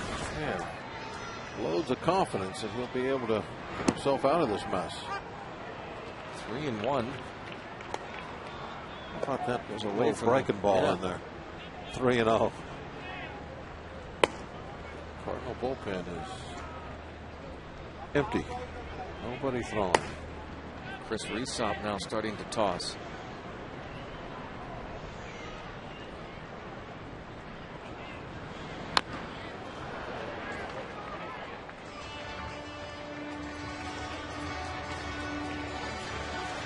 Three-two count on Doman. Runners will be off on this pitch. 2-2 ball game.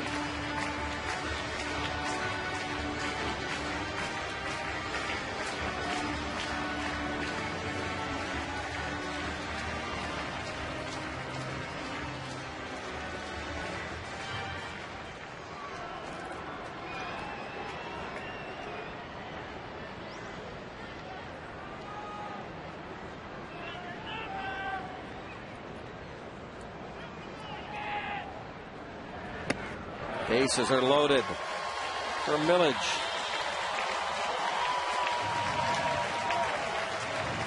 Back-to-back 3 passes. I know that he has had a great year. They have a lot of confidence in him, but got to warm somebody up. How far do you go? You walk 2 in a row. Even on the good ones, the wheels sometimes start to come off.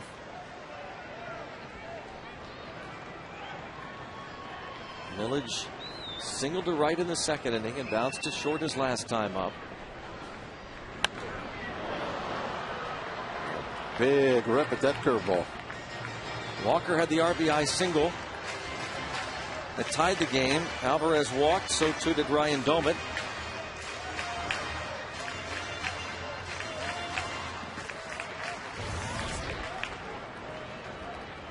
Great numbers in these situations for Lasting's Millage.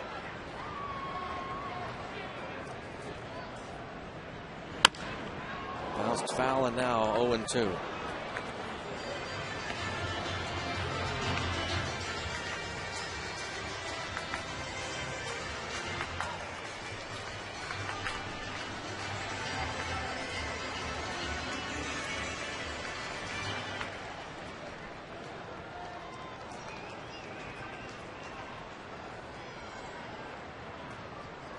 Ground ball, find a hole, blooper, gap shot. I don't care. Take anything right now.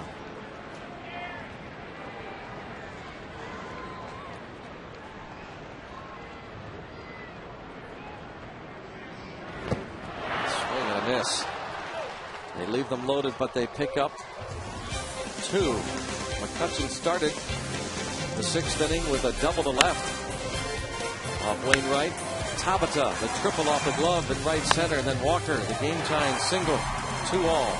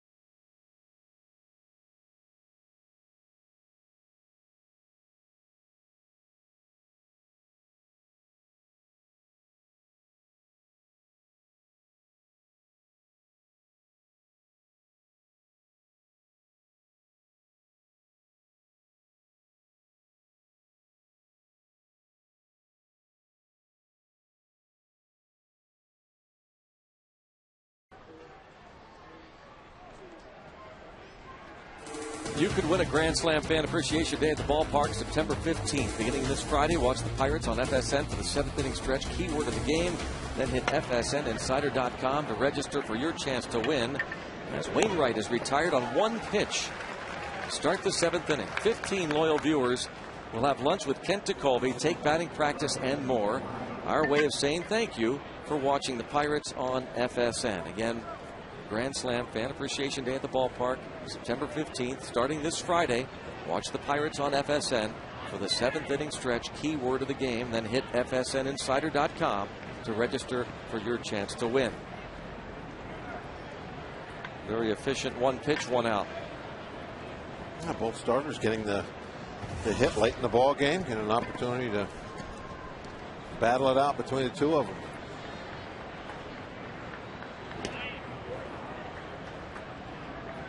Interesting scenario here. 1 out. Can he get Ryan and Jay? And if he doesn't, and Pujols comes to the plate, what does Russell do? With the right-handers loosening. Hopefully. Well, if there's a base open. Yeah. You walk him. Yep.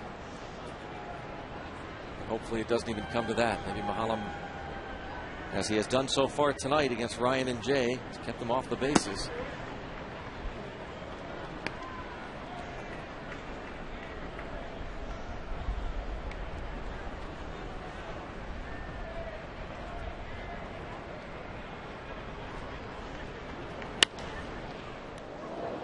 Nice pick there by Cedeno.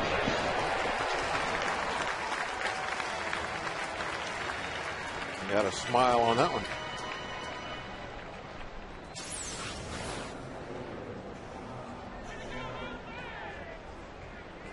That ball stayed down on him. He thought he was getting a little bit higher hop. He had to stab at it. So that ball go down. It did not bounce the way he thought it would. And he had to make a quick adjustment. Almost got him in the knee. John Jay has struck out, bounced to the mound, and grounded to second. Now, Cedeno, we've talked about it a lot. Very inconsistent at the plate this year, but he has been one of the more solid defenders in the National League at short. If the offense would have been better this year, I don't think you would have noticed so much. He has done a good job on defense. The offense.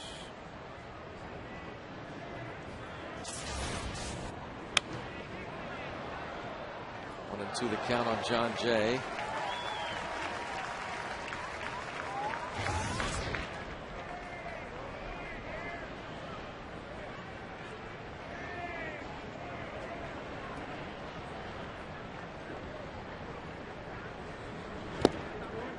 Oh, it got him. Wow. Now Russell is faced with a decision. Tie game. Mahalam pitching well, but his nemesis coming to the plate. Well, Jay moved a little bit, but not much. Just nicked the leg. Here comes John Russell. Paul's not going to like it, but he sure can understand it. Will be a double switch in stereo. 113 pitches. And that last pitch will cost Mahalam the chance to stay in the ball game.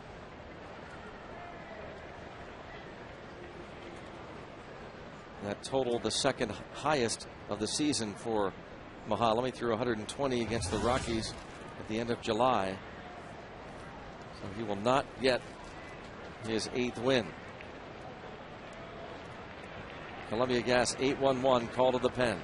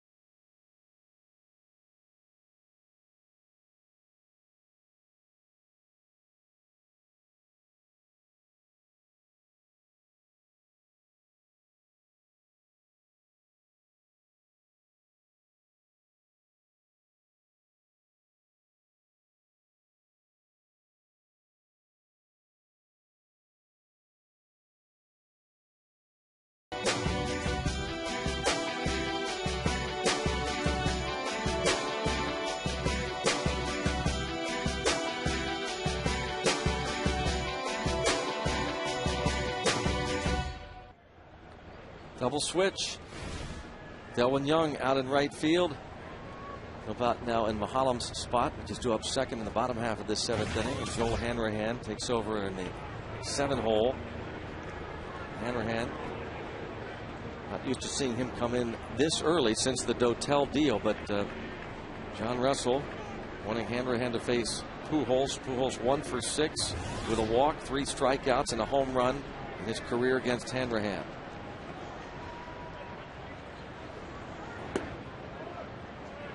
As you said, Greg, this is not totally unexpected. This is the situations that we thought we would see. That some days it would be Meek pitching the end of the game. Some days it would be Hanrahan.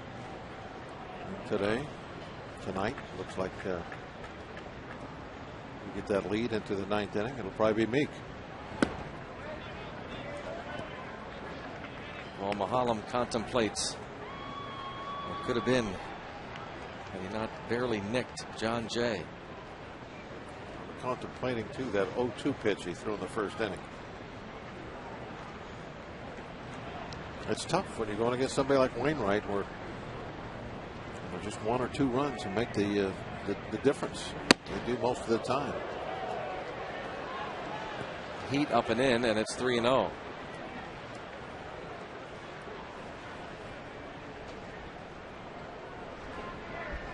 Interestingly enough, the man on deck, Matt Holliday, is 4 for 7 in his career against Hanrahan with a home run. Oh, there's the heat. Hallam, when he came off, frustration. Hey, you're frustrated, but at the same time, you went up against one of the league's best, and inning for inning, put up the same numbers he did. I think he's got to be, in a way, pleased with his outing tonight. 3-1 pitch popped up and headed toward the seats.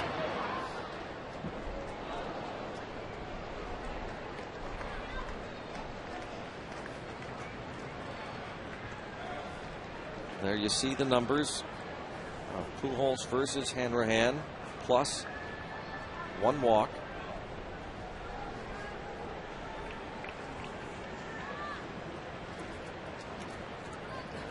Three and 2.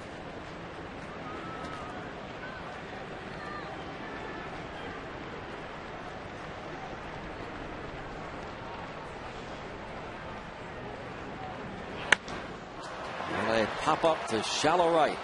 Young coming in. Walker out. Walker makes the catch. Joel Hanrahan gets Pujols after falling behind 3-0.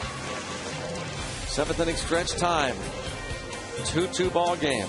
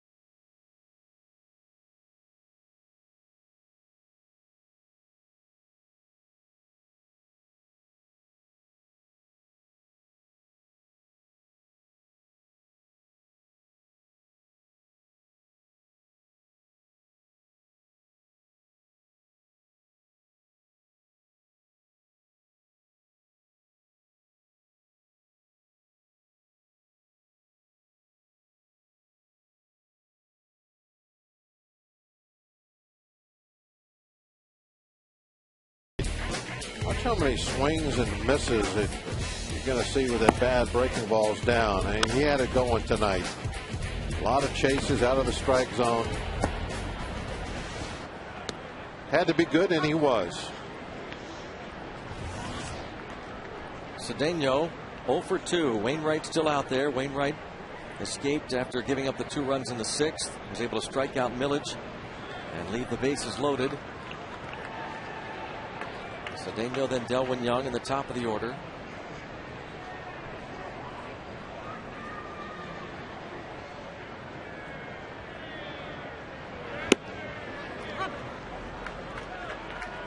Falls lines.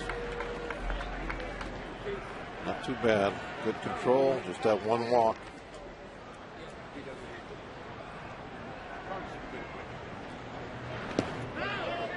Cedeno almost chases. Well, they had Wainwright on the ropes last inning. Maybe they can follow through here. Put a few hits together.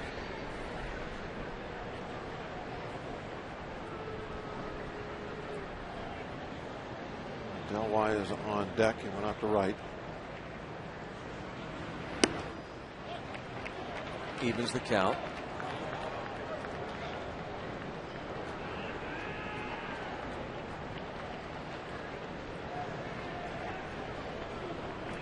After Young back to the top of that order did so well. Cedeno puts a charge into that one. And over the head of John Jay.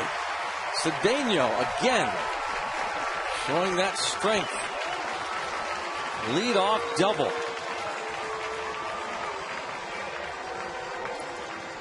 He's as strong as anybody. He can put a charge in the ball. They're playing him cheap out in center field. Come on, Jay. Come on, Jay. Well, that sometimes is a pitcher's best friend. It's not the double play. It's a fast outfielder. But not fast enough. Turn the wrong way. Ball hit right in front of the Heinz sign. When he broke to run backwards, he was running to straight at the 399 sign. So he had to make a big change of direction, and I think that's what cost Jay. Delwyn's job is going to be to try to get him to third. They talked to Tony Beasley before stepping into the box.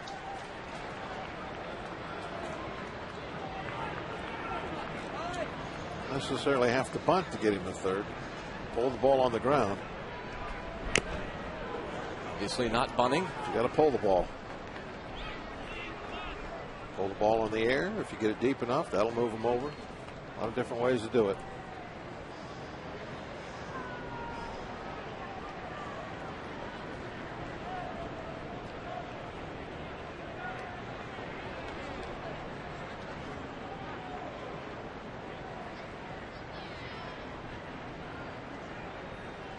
Now bunting. And he gets the job done. Excellent.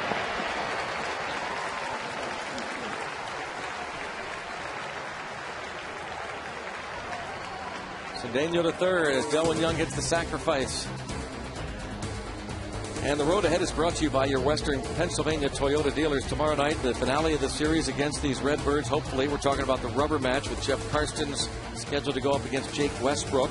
And then it's on the road to Milwaukee for 3 games. Coverage begins with the Trib Total Media Pirates pregame tomorrow night at 6:30. And then on to Miller Park and then Wrigley Field. Infield will shorten up. Now the sprint started halfway and then they crash in. It's like trying to disguise the blitz. And you don't want the quarterback to know it's coming, so you try to, no, we're not coming, no, and then boom, you're there. And that's what they try to do with bringing the infield in.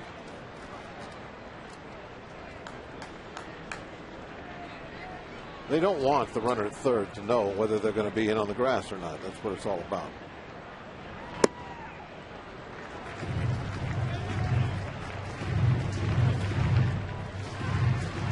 But I'm not sure what the thinking is of how that works, because Cedeno, like if you look under the bill of his cap there, you'll see these 2 eyes, and he uses them and he can watch those guys and then he knows if they're in or not.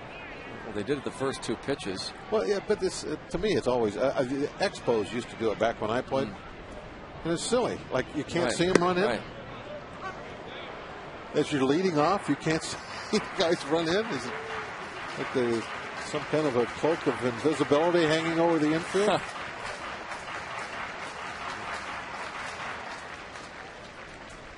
The Expos used to do that a lot. We used to make fun of, we were in the dugout, we'd start yelling out, "Red dog, red dog."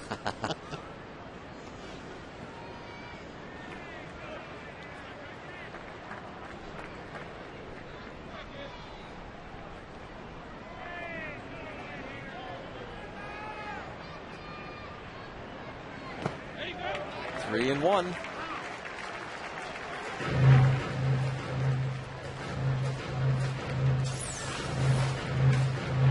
Here comes the infield. They're coming in. You know, here's another thing, too. It's got to be a distraction to the pitcher if you're out there. You can't pitch till they come in. So now you're having to kind of watch in your peripheral vision to see when the infield's in so you can go home. Why do you want your pitcher thinking about that? But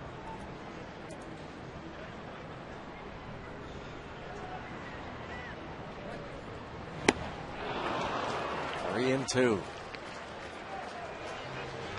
But Tony has always done the unusual, and you can't argue with his record. So. It's a good fastball up and in. See that ball, the location. Really beat McCutcheon upstairs. There's Tony. A little unorthodox at times, but you can't argue with the record. And bounced right to short. Wainwright gets McCutcheon. I can't believe that Cedeno didn't think they were back. Didn't run. Look at that thing. They disguised it well, and Cedeno still saw him. How did that not work?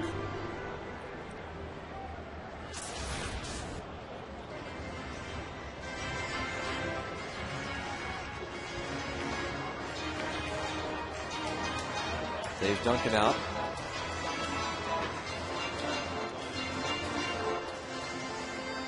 Before Tabata steps in. Tabata 2 for 3.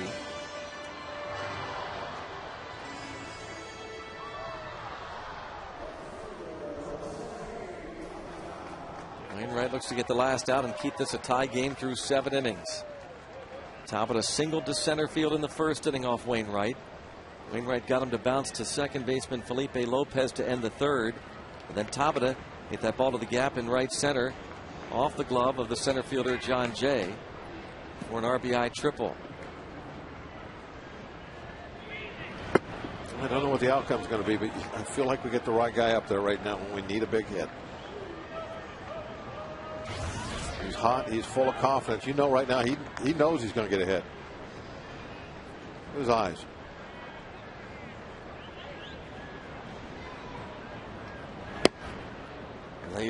Takes a strike. He didn't want to hit that anyway.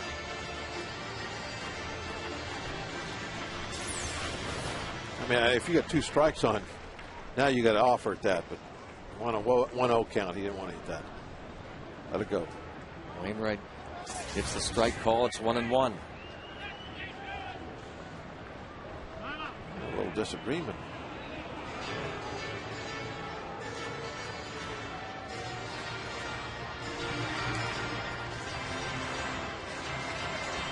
Wainwright didn't do much talking, a lot of nodding. Looked like the Molina got his way in that conversation.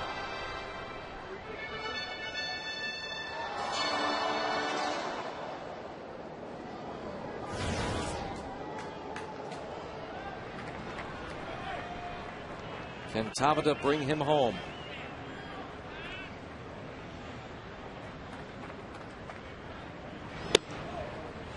A 2-1 count.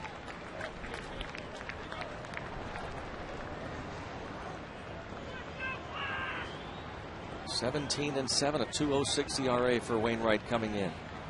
5 complete games.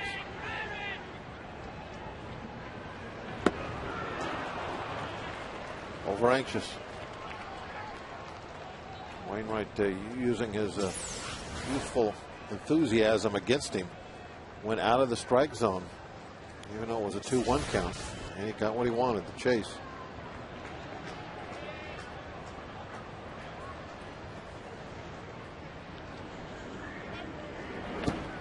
Not this time. Nope, not twice in a row.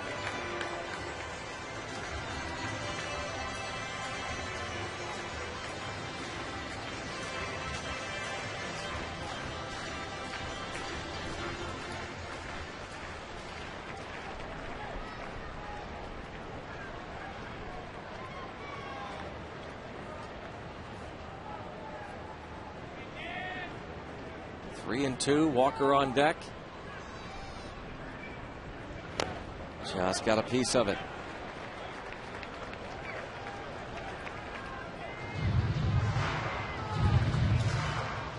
You know, Wainwright, the way he pitches, is total disregard of the count, 3-ball count. He doesn't care. He's trying to make a pitcher's pitch every time in this spot, as he really should because of the game situation. But in general, that's kind of control he has, and that's his style of pitching. He will never give in to that hitter.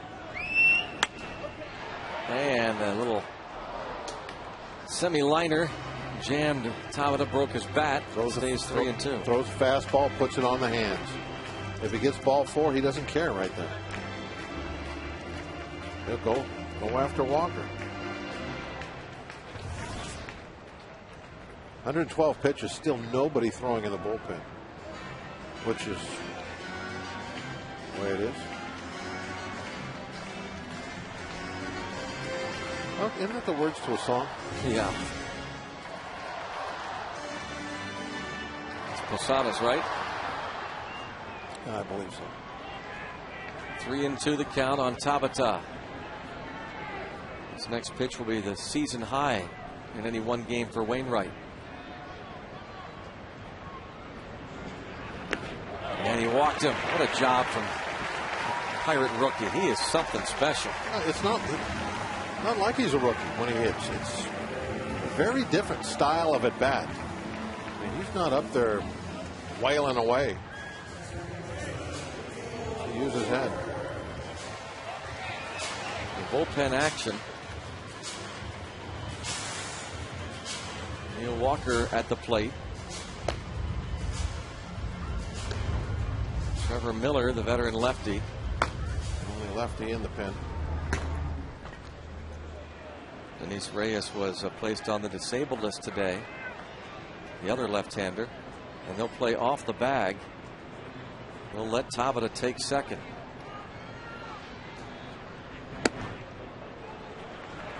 Uncontested.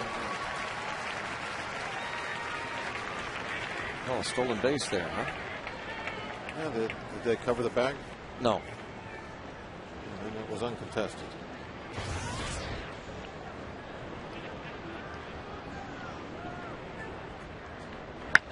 And look at Walker deliver not only one run home, they're going to try bringing a second, and they will, as Neil Walker delivers a 2-run single to give Pittsburgh a 4-2 lead.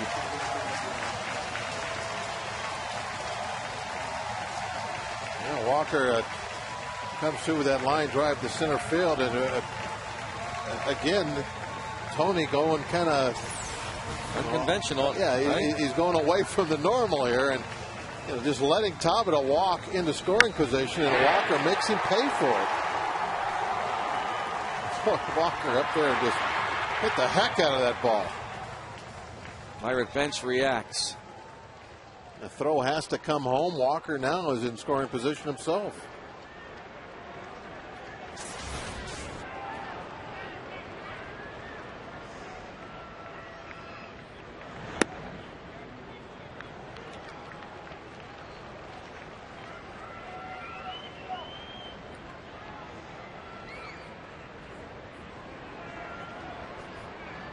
And now Pirates leading 4-2. LaRusse are going to let Wainwright face the lefty Jones. Pirates play their best games against the big names. Bounce to Pujols and on to first. Cedeno got it started with a double. Tabata, the great at bat with a walk, and then Neil Walker rips the 2-run single into center. Walker with 3 RBIs tonight, and the Pirates lead the Cardinals 4-2.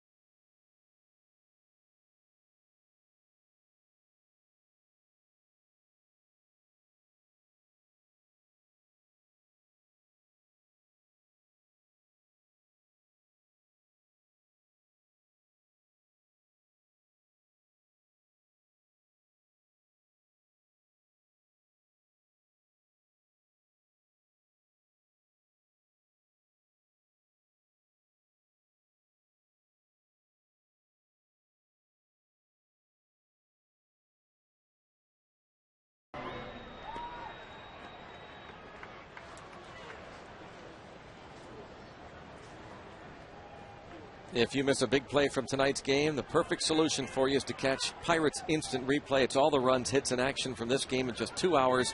Pirates Instant Replay tonight at 11, right here on FSN. And those two rookies, Tabata and Walker, playing a big role in this current 4-2 lead. Matt Holliday faces Hanrahan. The young core. Walker, 3 RBIs, on base 3 times. Tabata has scored a pair, on base 3 times.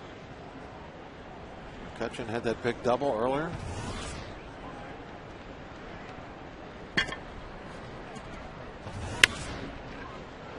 Cedeno. Low throw, but Jones handles it. Some very unusual choices made by Tony, and they backfired.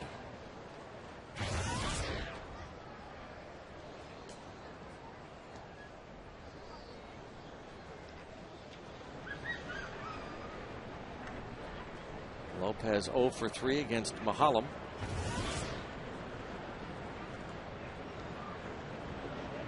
This is now Hanrahan's game to win.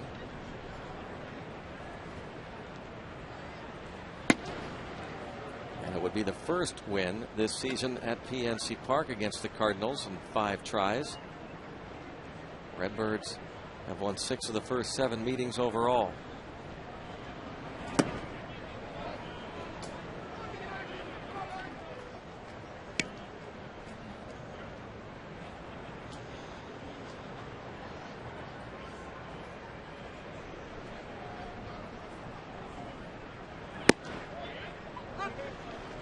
Two and one on Lopez.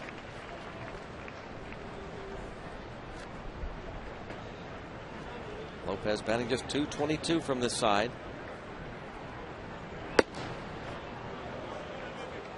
3 and 1.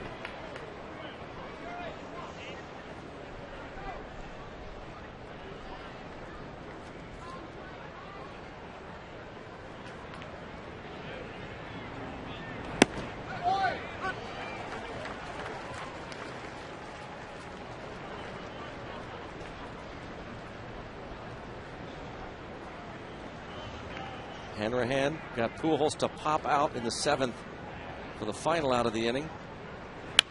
Now tries to retire Lopez and get the first 2 out here in the 8th.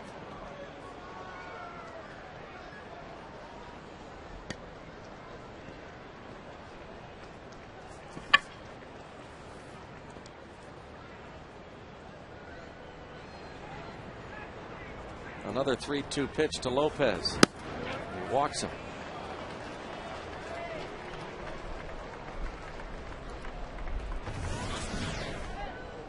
I was going to say it was bad timing for Mulholland when Hanrahan came into the ball game, but it was perfect timing when you look at what the situation was.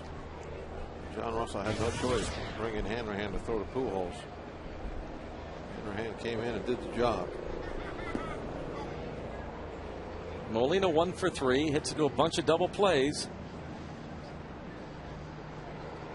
Hard man to strike out.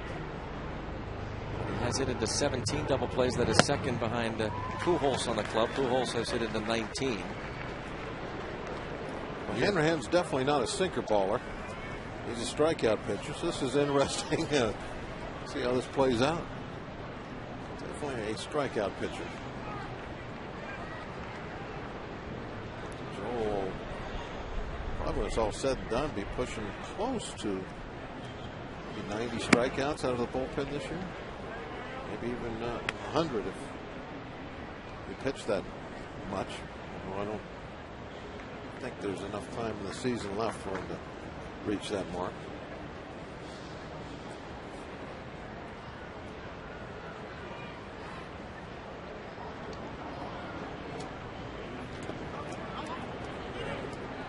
Two and one on Molina.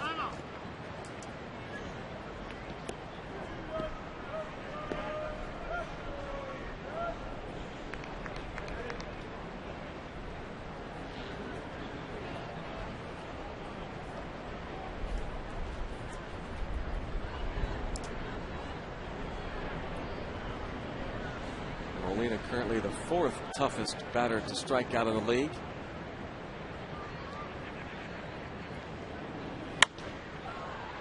foul on a play. Jeff Keppinger of the Astros, the toughest.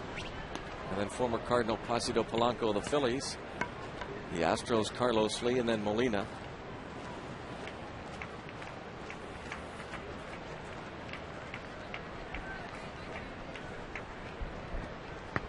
Two count on him.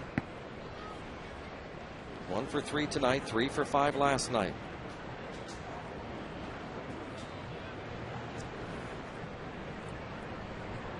Runner goes from first and fouled off.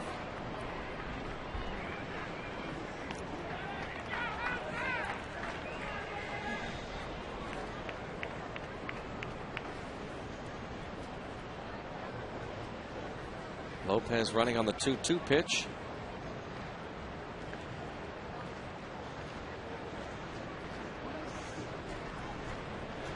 Hanrahan is not real quick to the plate with his delivery.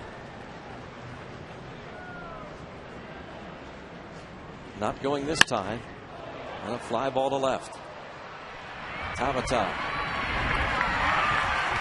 A real good breeze blowing straight in from left field last couple innings. Knocking anything down, head out there.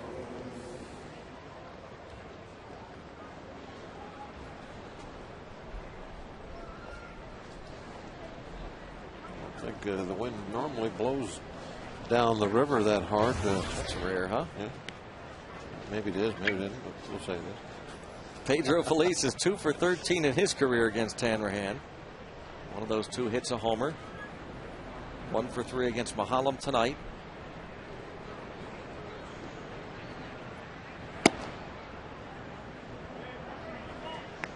Ball 1 as he faces Hanrahan here in the 8th. Pujols hoping to get a shot. At the moment, not guaranteed that he would bat again tonight.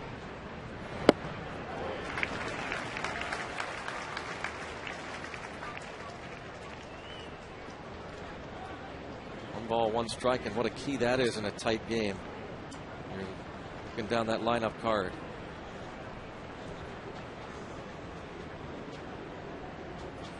Meek starts to loosen. Super Meek. 1-2.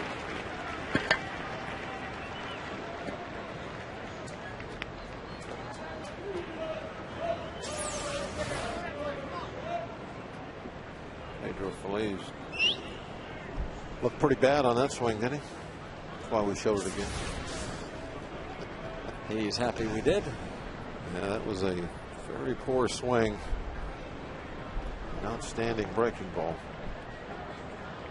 Runner goes again, and that's lined foul into the seats. Better swing that time.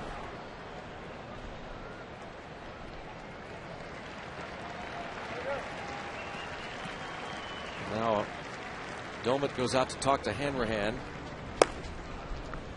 Fernando Salas called up when they placed Denise Reyes on the disabled list today.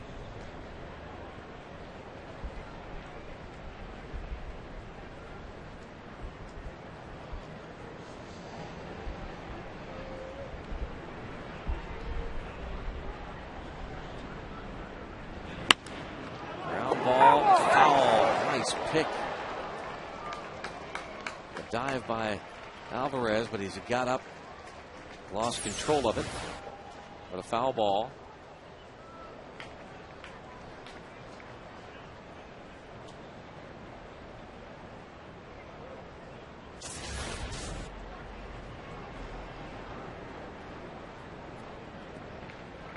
Still 1-2 on Feliz.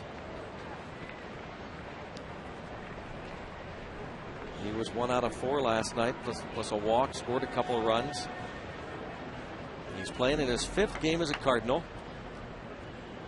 David Freese out for the year, so they needed to find a third baseman somewhere, and they got one from Houston.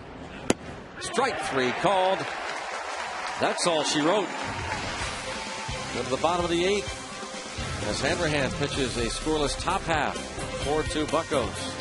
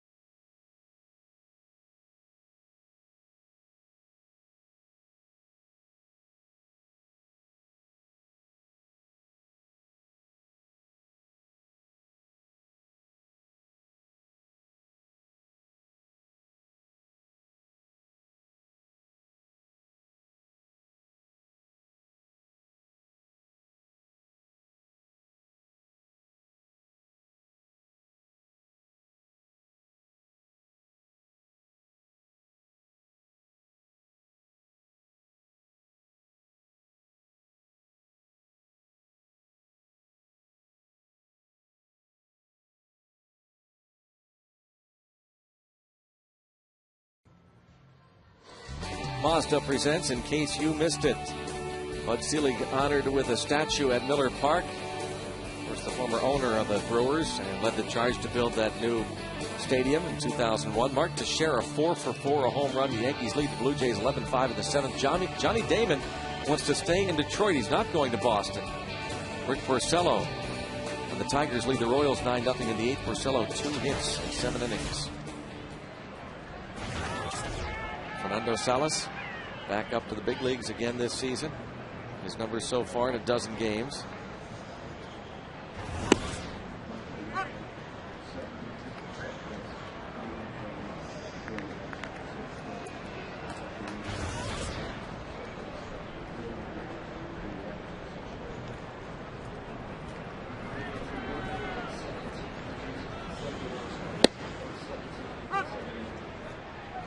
No 2 count now on Alvarez. With Pittsburgh leading the Cardinals 4-2. Adam Wainwright, 7 innings, 4 runs.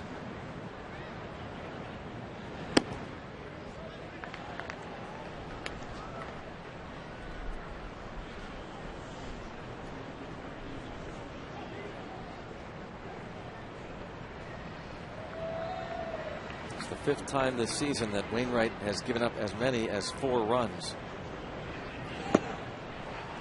There's going to be some heroes tonight, but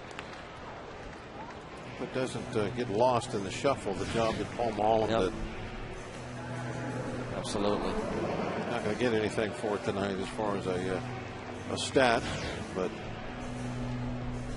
this win is going to be as much his as anybody else. Walker with that big hit.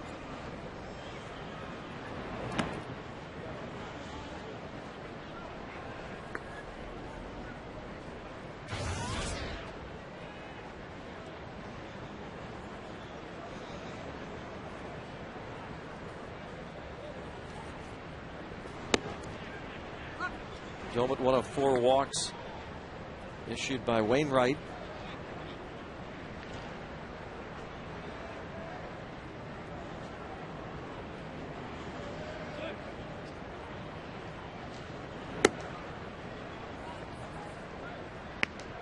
Goes to 1-1. The Phillies are trailing Houston 2-1.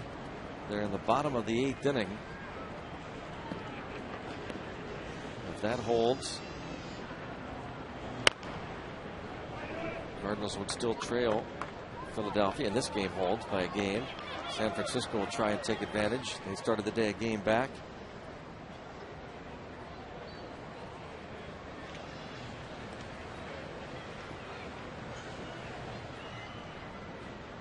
AT&T Park tonight.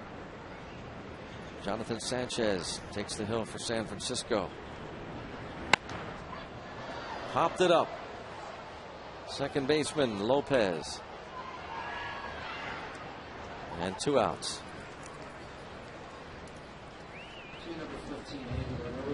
Andy LaRoche will pinch hit. The Cardinals certainly haven't given up at all on the division. 2.5 back. And again, just a game back of the wild card. Cincinnati will go to St. Louis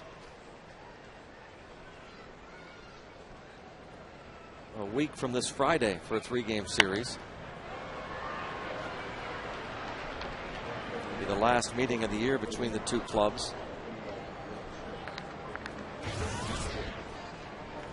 Which might be a good thing. They're not playing well together. No, they don't play well together. You're right.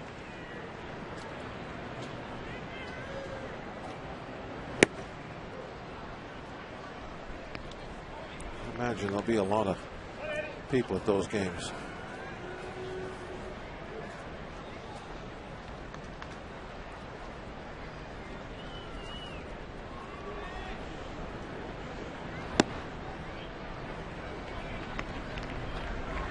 Ball and 2 strikes on Andy LaRoche.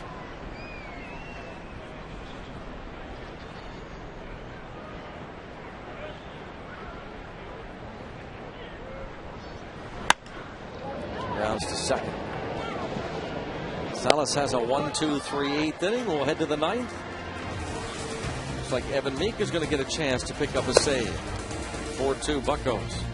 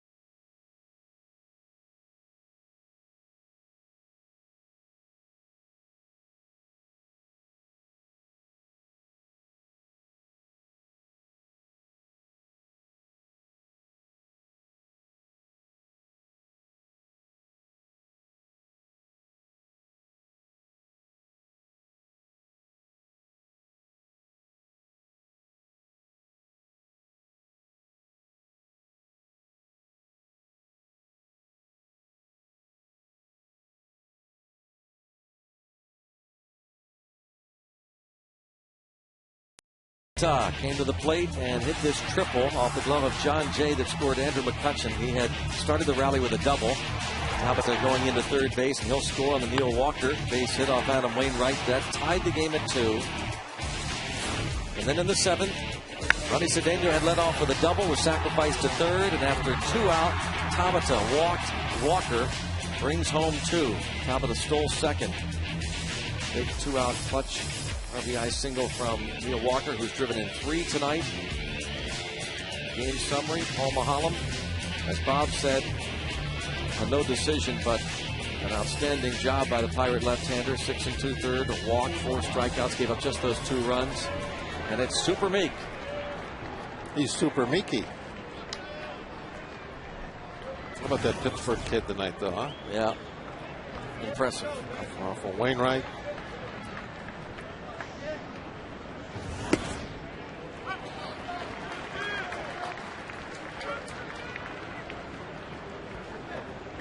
The other night I was driving out. I met the young man with the Super Meek sign. You talked to him? Yes. There's been some very clever signs showing up at PNC Park this season. Schumacher bats for Alan Craig.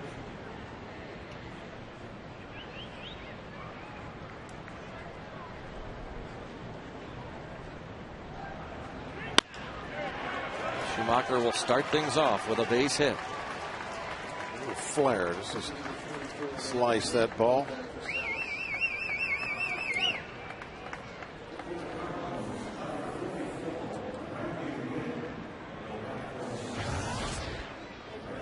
Switch hitter Randy Wynn bats for Salas here in the 9th.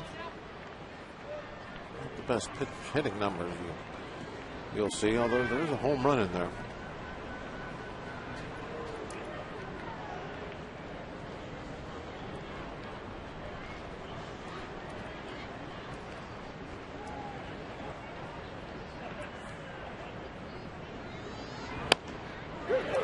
Past Meek. He doesn't get an out. And a little dribbler. We talked about this earlier, remember? I said if you can make a decision on it, you let it go, because there's going to be somebody there. Watch Cedeno in the back. He's got that all the way, easy as pie. But Meek deflects it, and it goes as a hit. If it's hit hard enough to where you're in self-defense mode, go ahead and get it. Otherwise, let the guy that gets paid for the leather, let him make those plays. He's going to be right at him. Aaron Miles now bats, and unless there's a double play.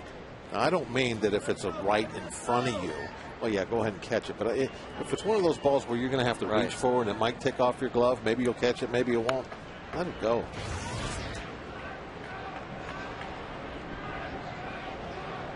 He's checking third. You see that? Try to bunt these guys over 90 feet. He's definitely looking at Alvarez. Ball one. But at any rate, unless there's a double play, Pujols is going to bat. A very interesting ninth inning. It's going to turn out to be. Well, we could have done without interesting. Oh, this interesting is fun. What you play for. I would have liked that ground ball to go right to Cedeno. Even if it was hit too slowly, possibly to get a double play on, at least get one out there.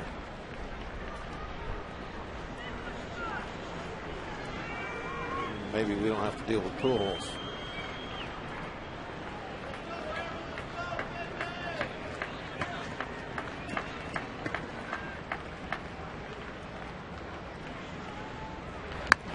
Wants the ball.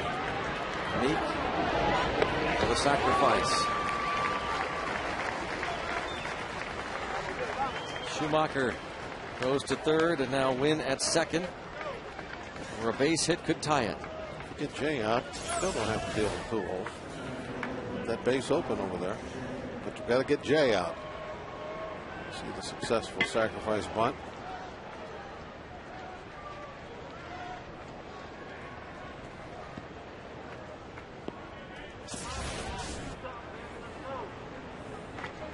Yes, Greg, it has got interesting. Jay's 4 plate appearances against Mahalam, 0 for 3 and hit by a pitch.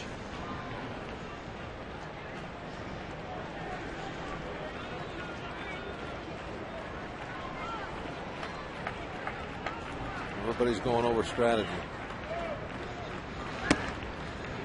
Strike. Right up in that upper corner of the strike zone. The upper corner. Nice frame job by Gilman.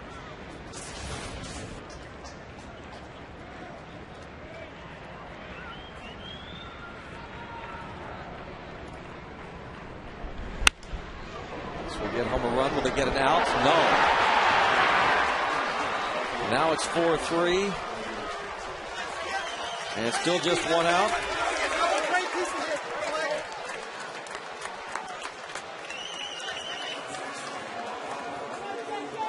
That was nice base running by Wynn. The only play here for an out would have been third base. Not going to be an out at first. Wynn stayed home.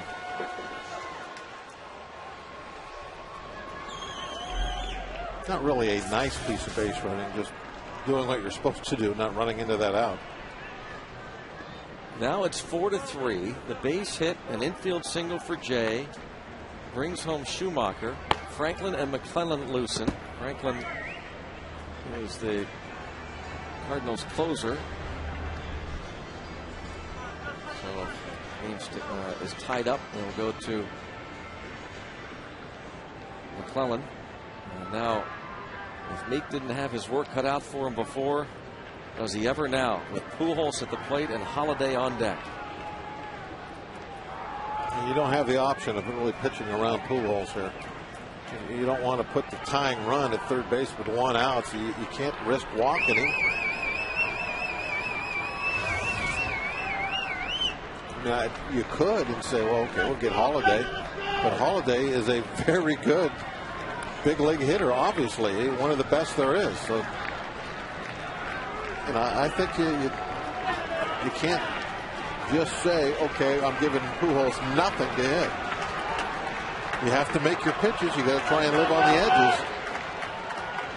You can't give in, but you can't do that no matter who's hitting. So basically, you got to throw Pujols just like you would any other good hitter at this point. If he beats you, he's got to beat you on making your pitch.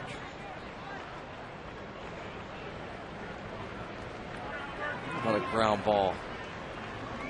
I know it's not Meek's forte necessarily. but we'll still take one. Well, he just got a ground ball. Yeah. Get another one.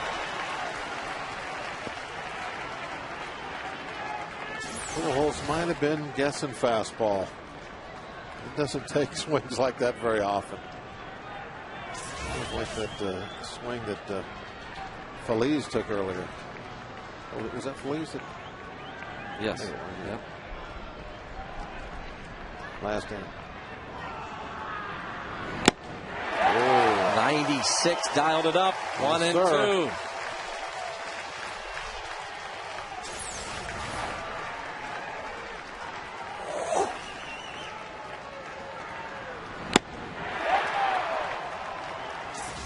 Now ahead of Pujols, 1 ball and 2 strikes.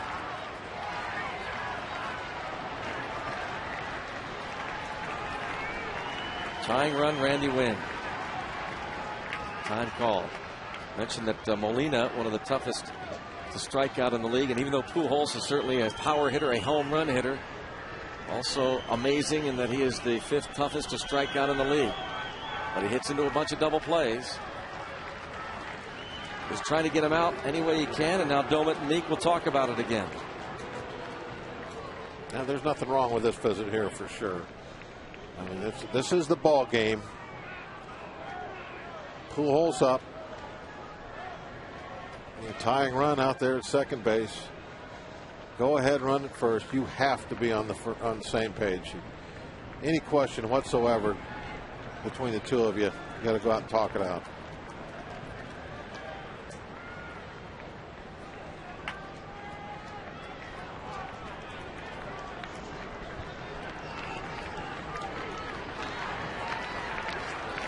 Deep breath, exhale, look in, go get him. 1 and 2. Off of Domet, stays a ball and 2 strikes, 97 miles per hour. One had to get Domet's attention. 96. It didn't slow down when it hit the edge of the bat. Like it almost got him right in the neck. Oh. You know, it's not like that padding is like the mattress on your bed either. It's not that thick. Ouch. Right on the collarbone.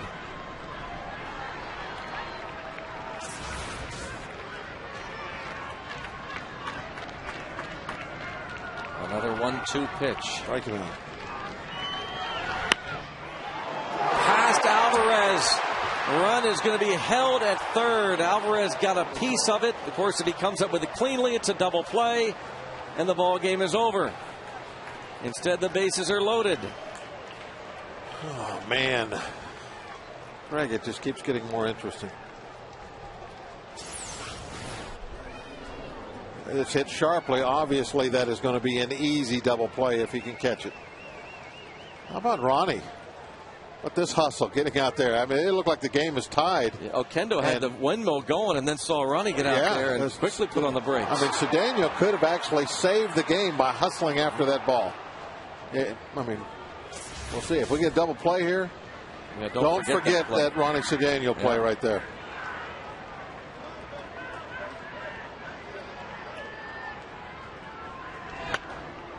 Popped him up, infield fly. If in fair territory, it's a foul ball. How about that big out from me? 2 away. He gets Holiday to pop out on the first pitch.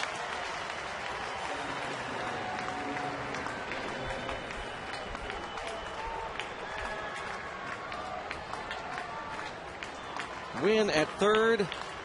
The tying run. And now Felipe Lopez.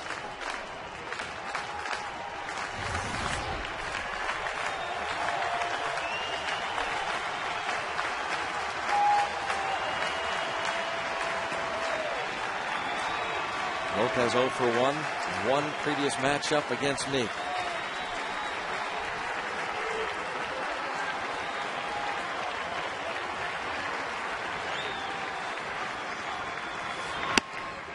Strike 1.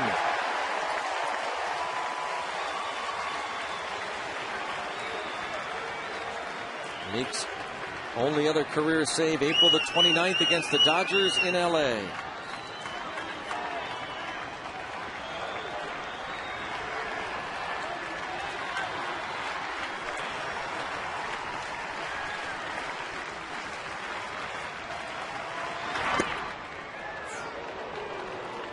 Just missed by a little bit. 1 ball, 1 strike. Schumacher started the inning with a flare to left. Wynn hit the dribbler that Meek deflected for an infield hit. After a sacrifice, Jay had the RBI infield single. Pujols, the ball that hit off Alvarez's glove.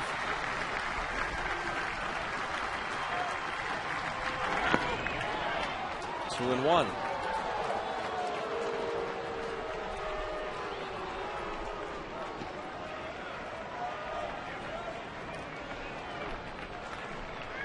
Pirates have the advantage in that Lopez is not as good from this left side of the plate. Yeah, and a .222 average.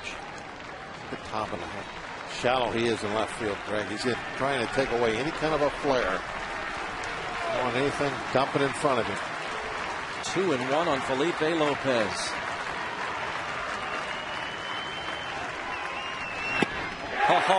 Got him 2 and 2. Got him to swing at ball 3. He was being very patient. And then suddenly picked on that 2-1 pitch. He's guessing strike. That's wrong. Lopez has struck out 66 times. That's third most on the Cardinals team.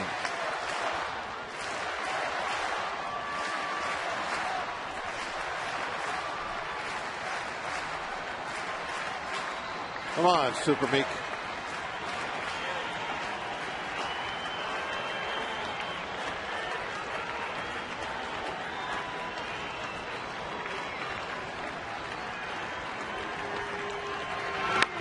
Pop it up. Cedeno. And raise the Jolly Roger. What a victory for this Pirates club to defeat Adam Wainwright and the Cardinals. The Pirates have beat some good ones this year. Holiday, actually Duke had 2. Holiday, Santana over the weekend. And now to take out Wainwright.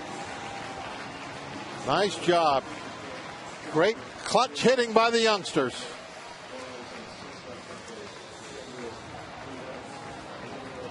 Meek with our AGH cam fired up, earning his second career save.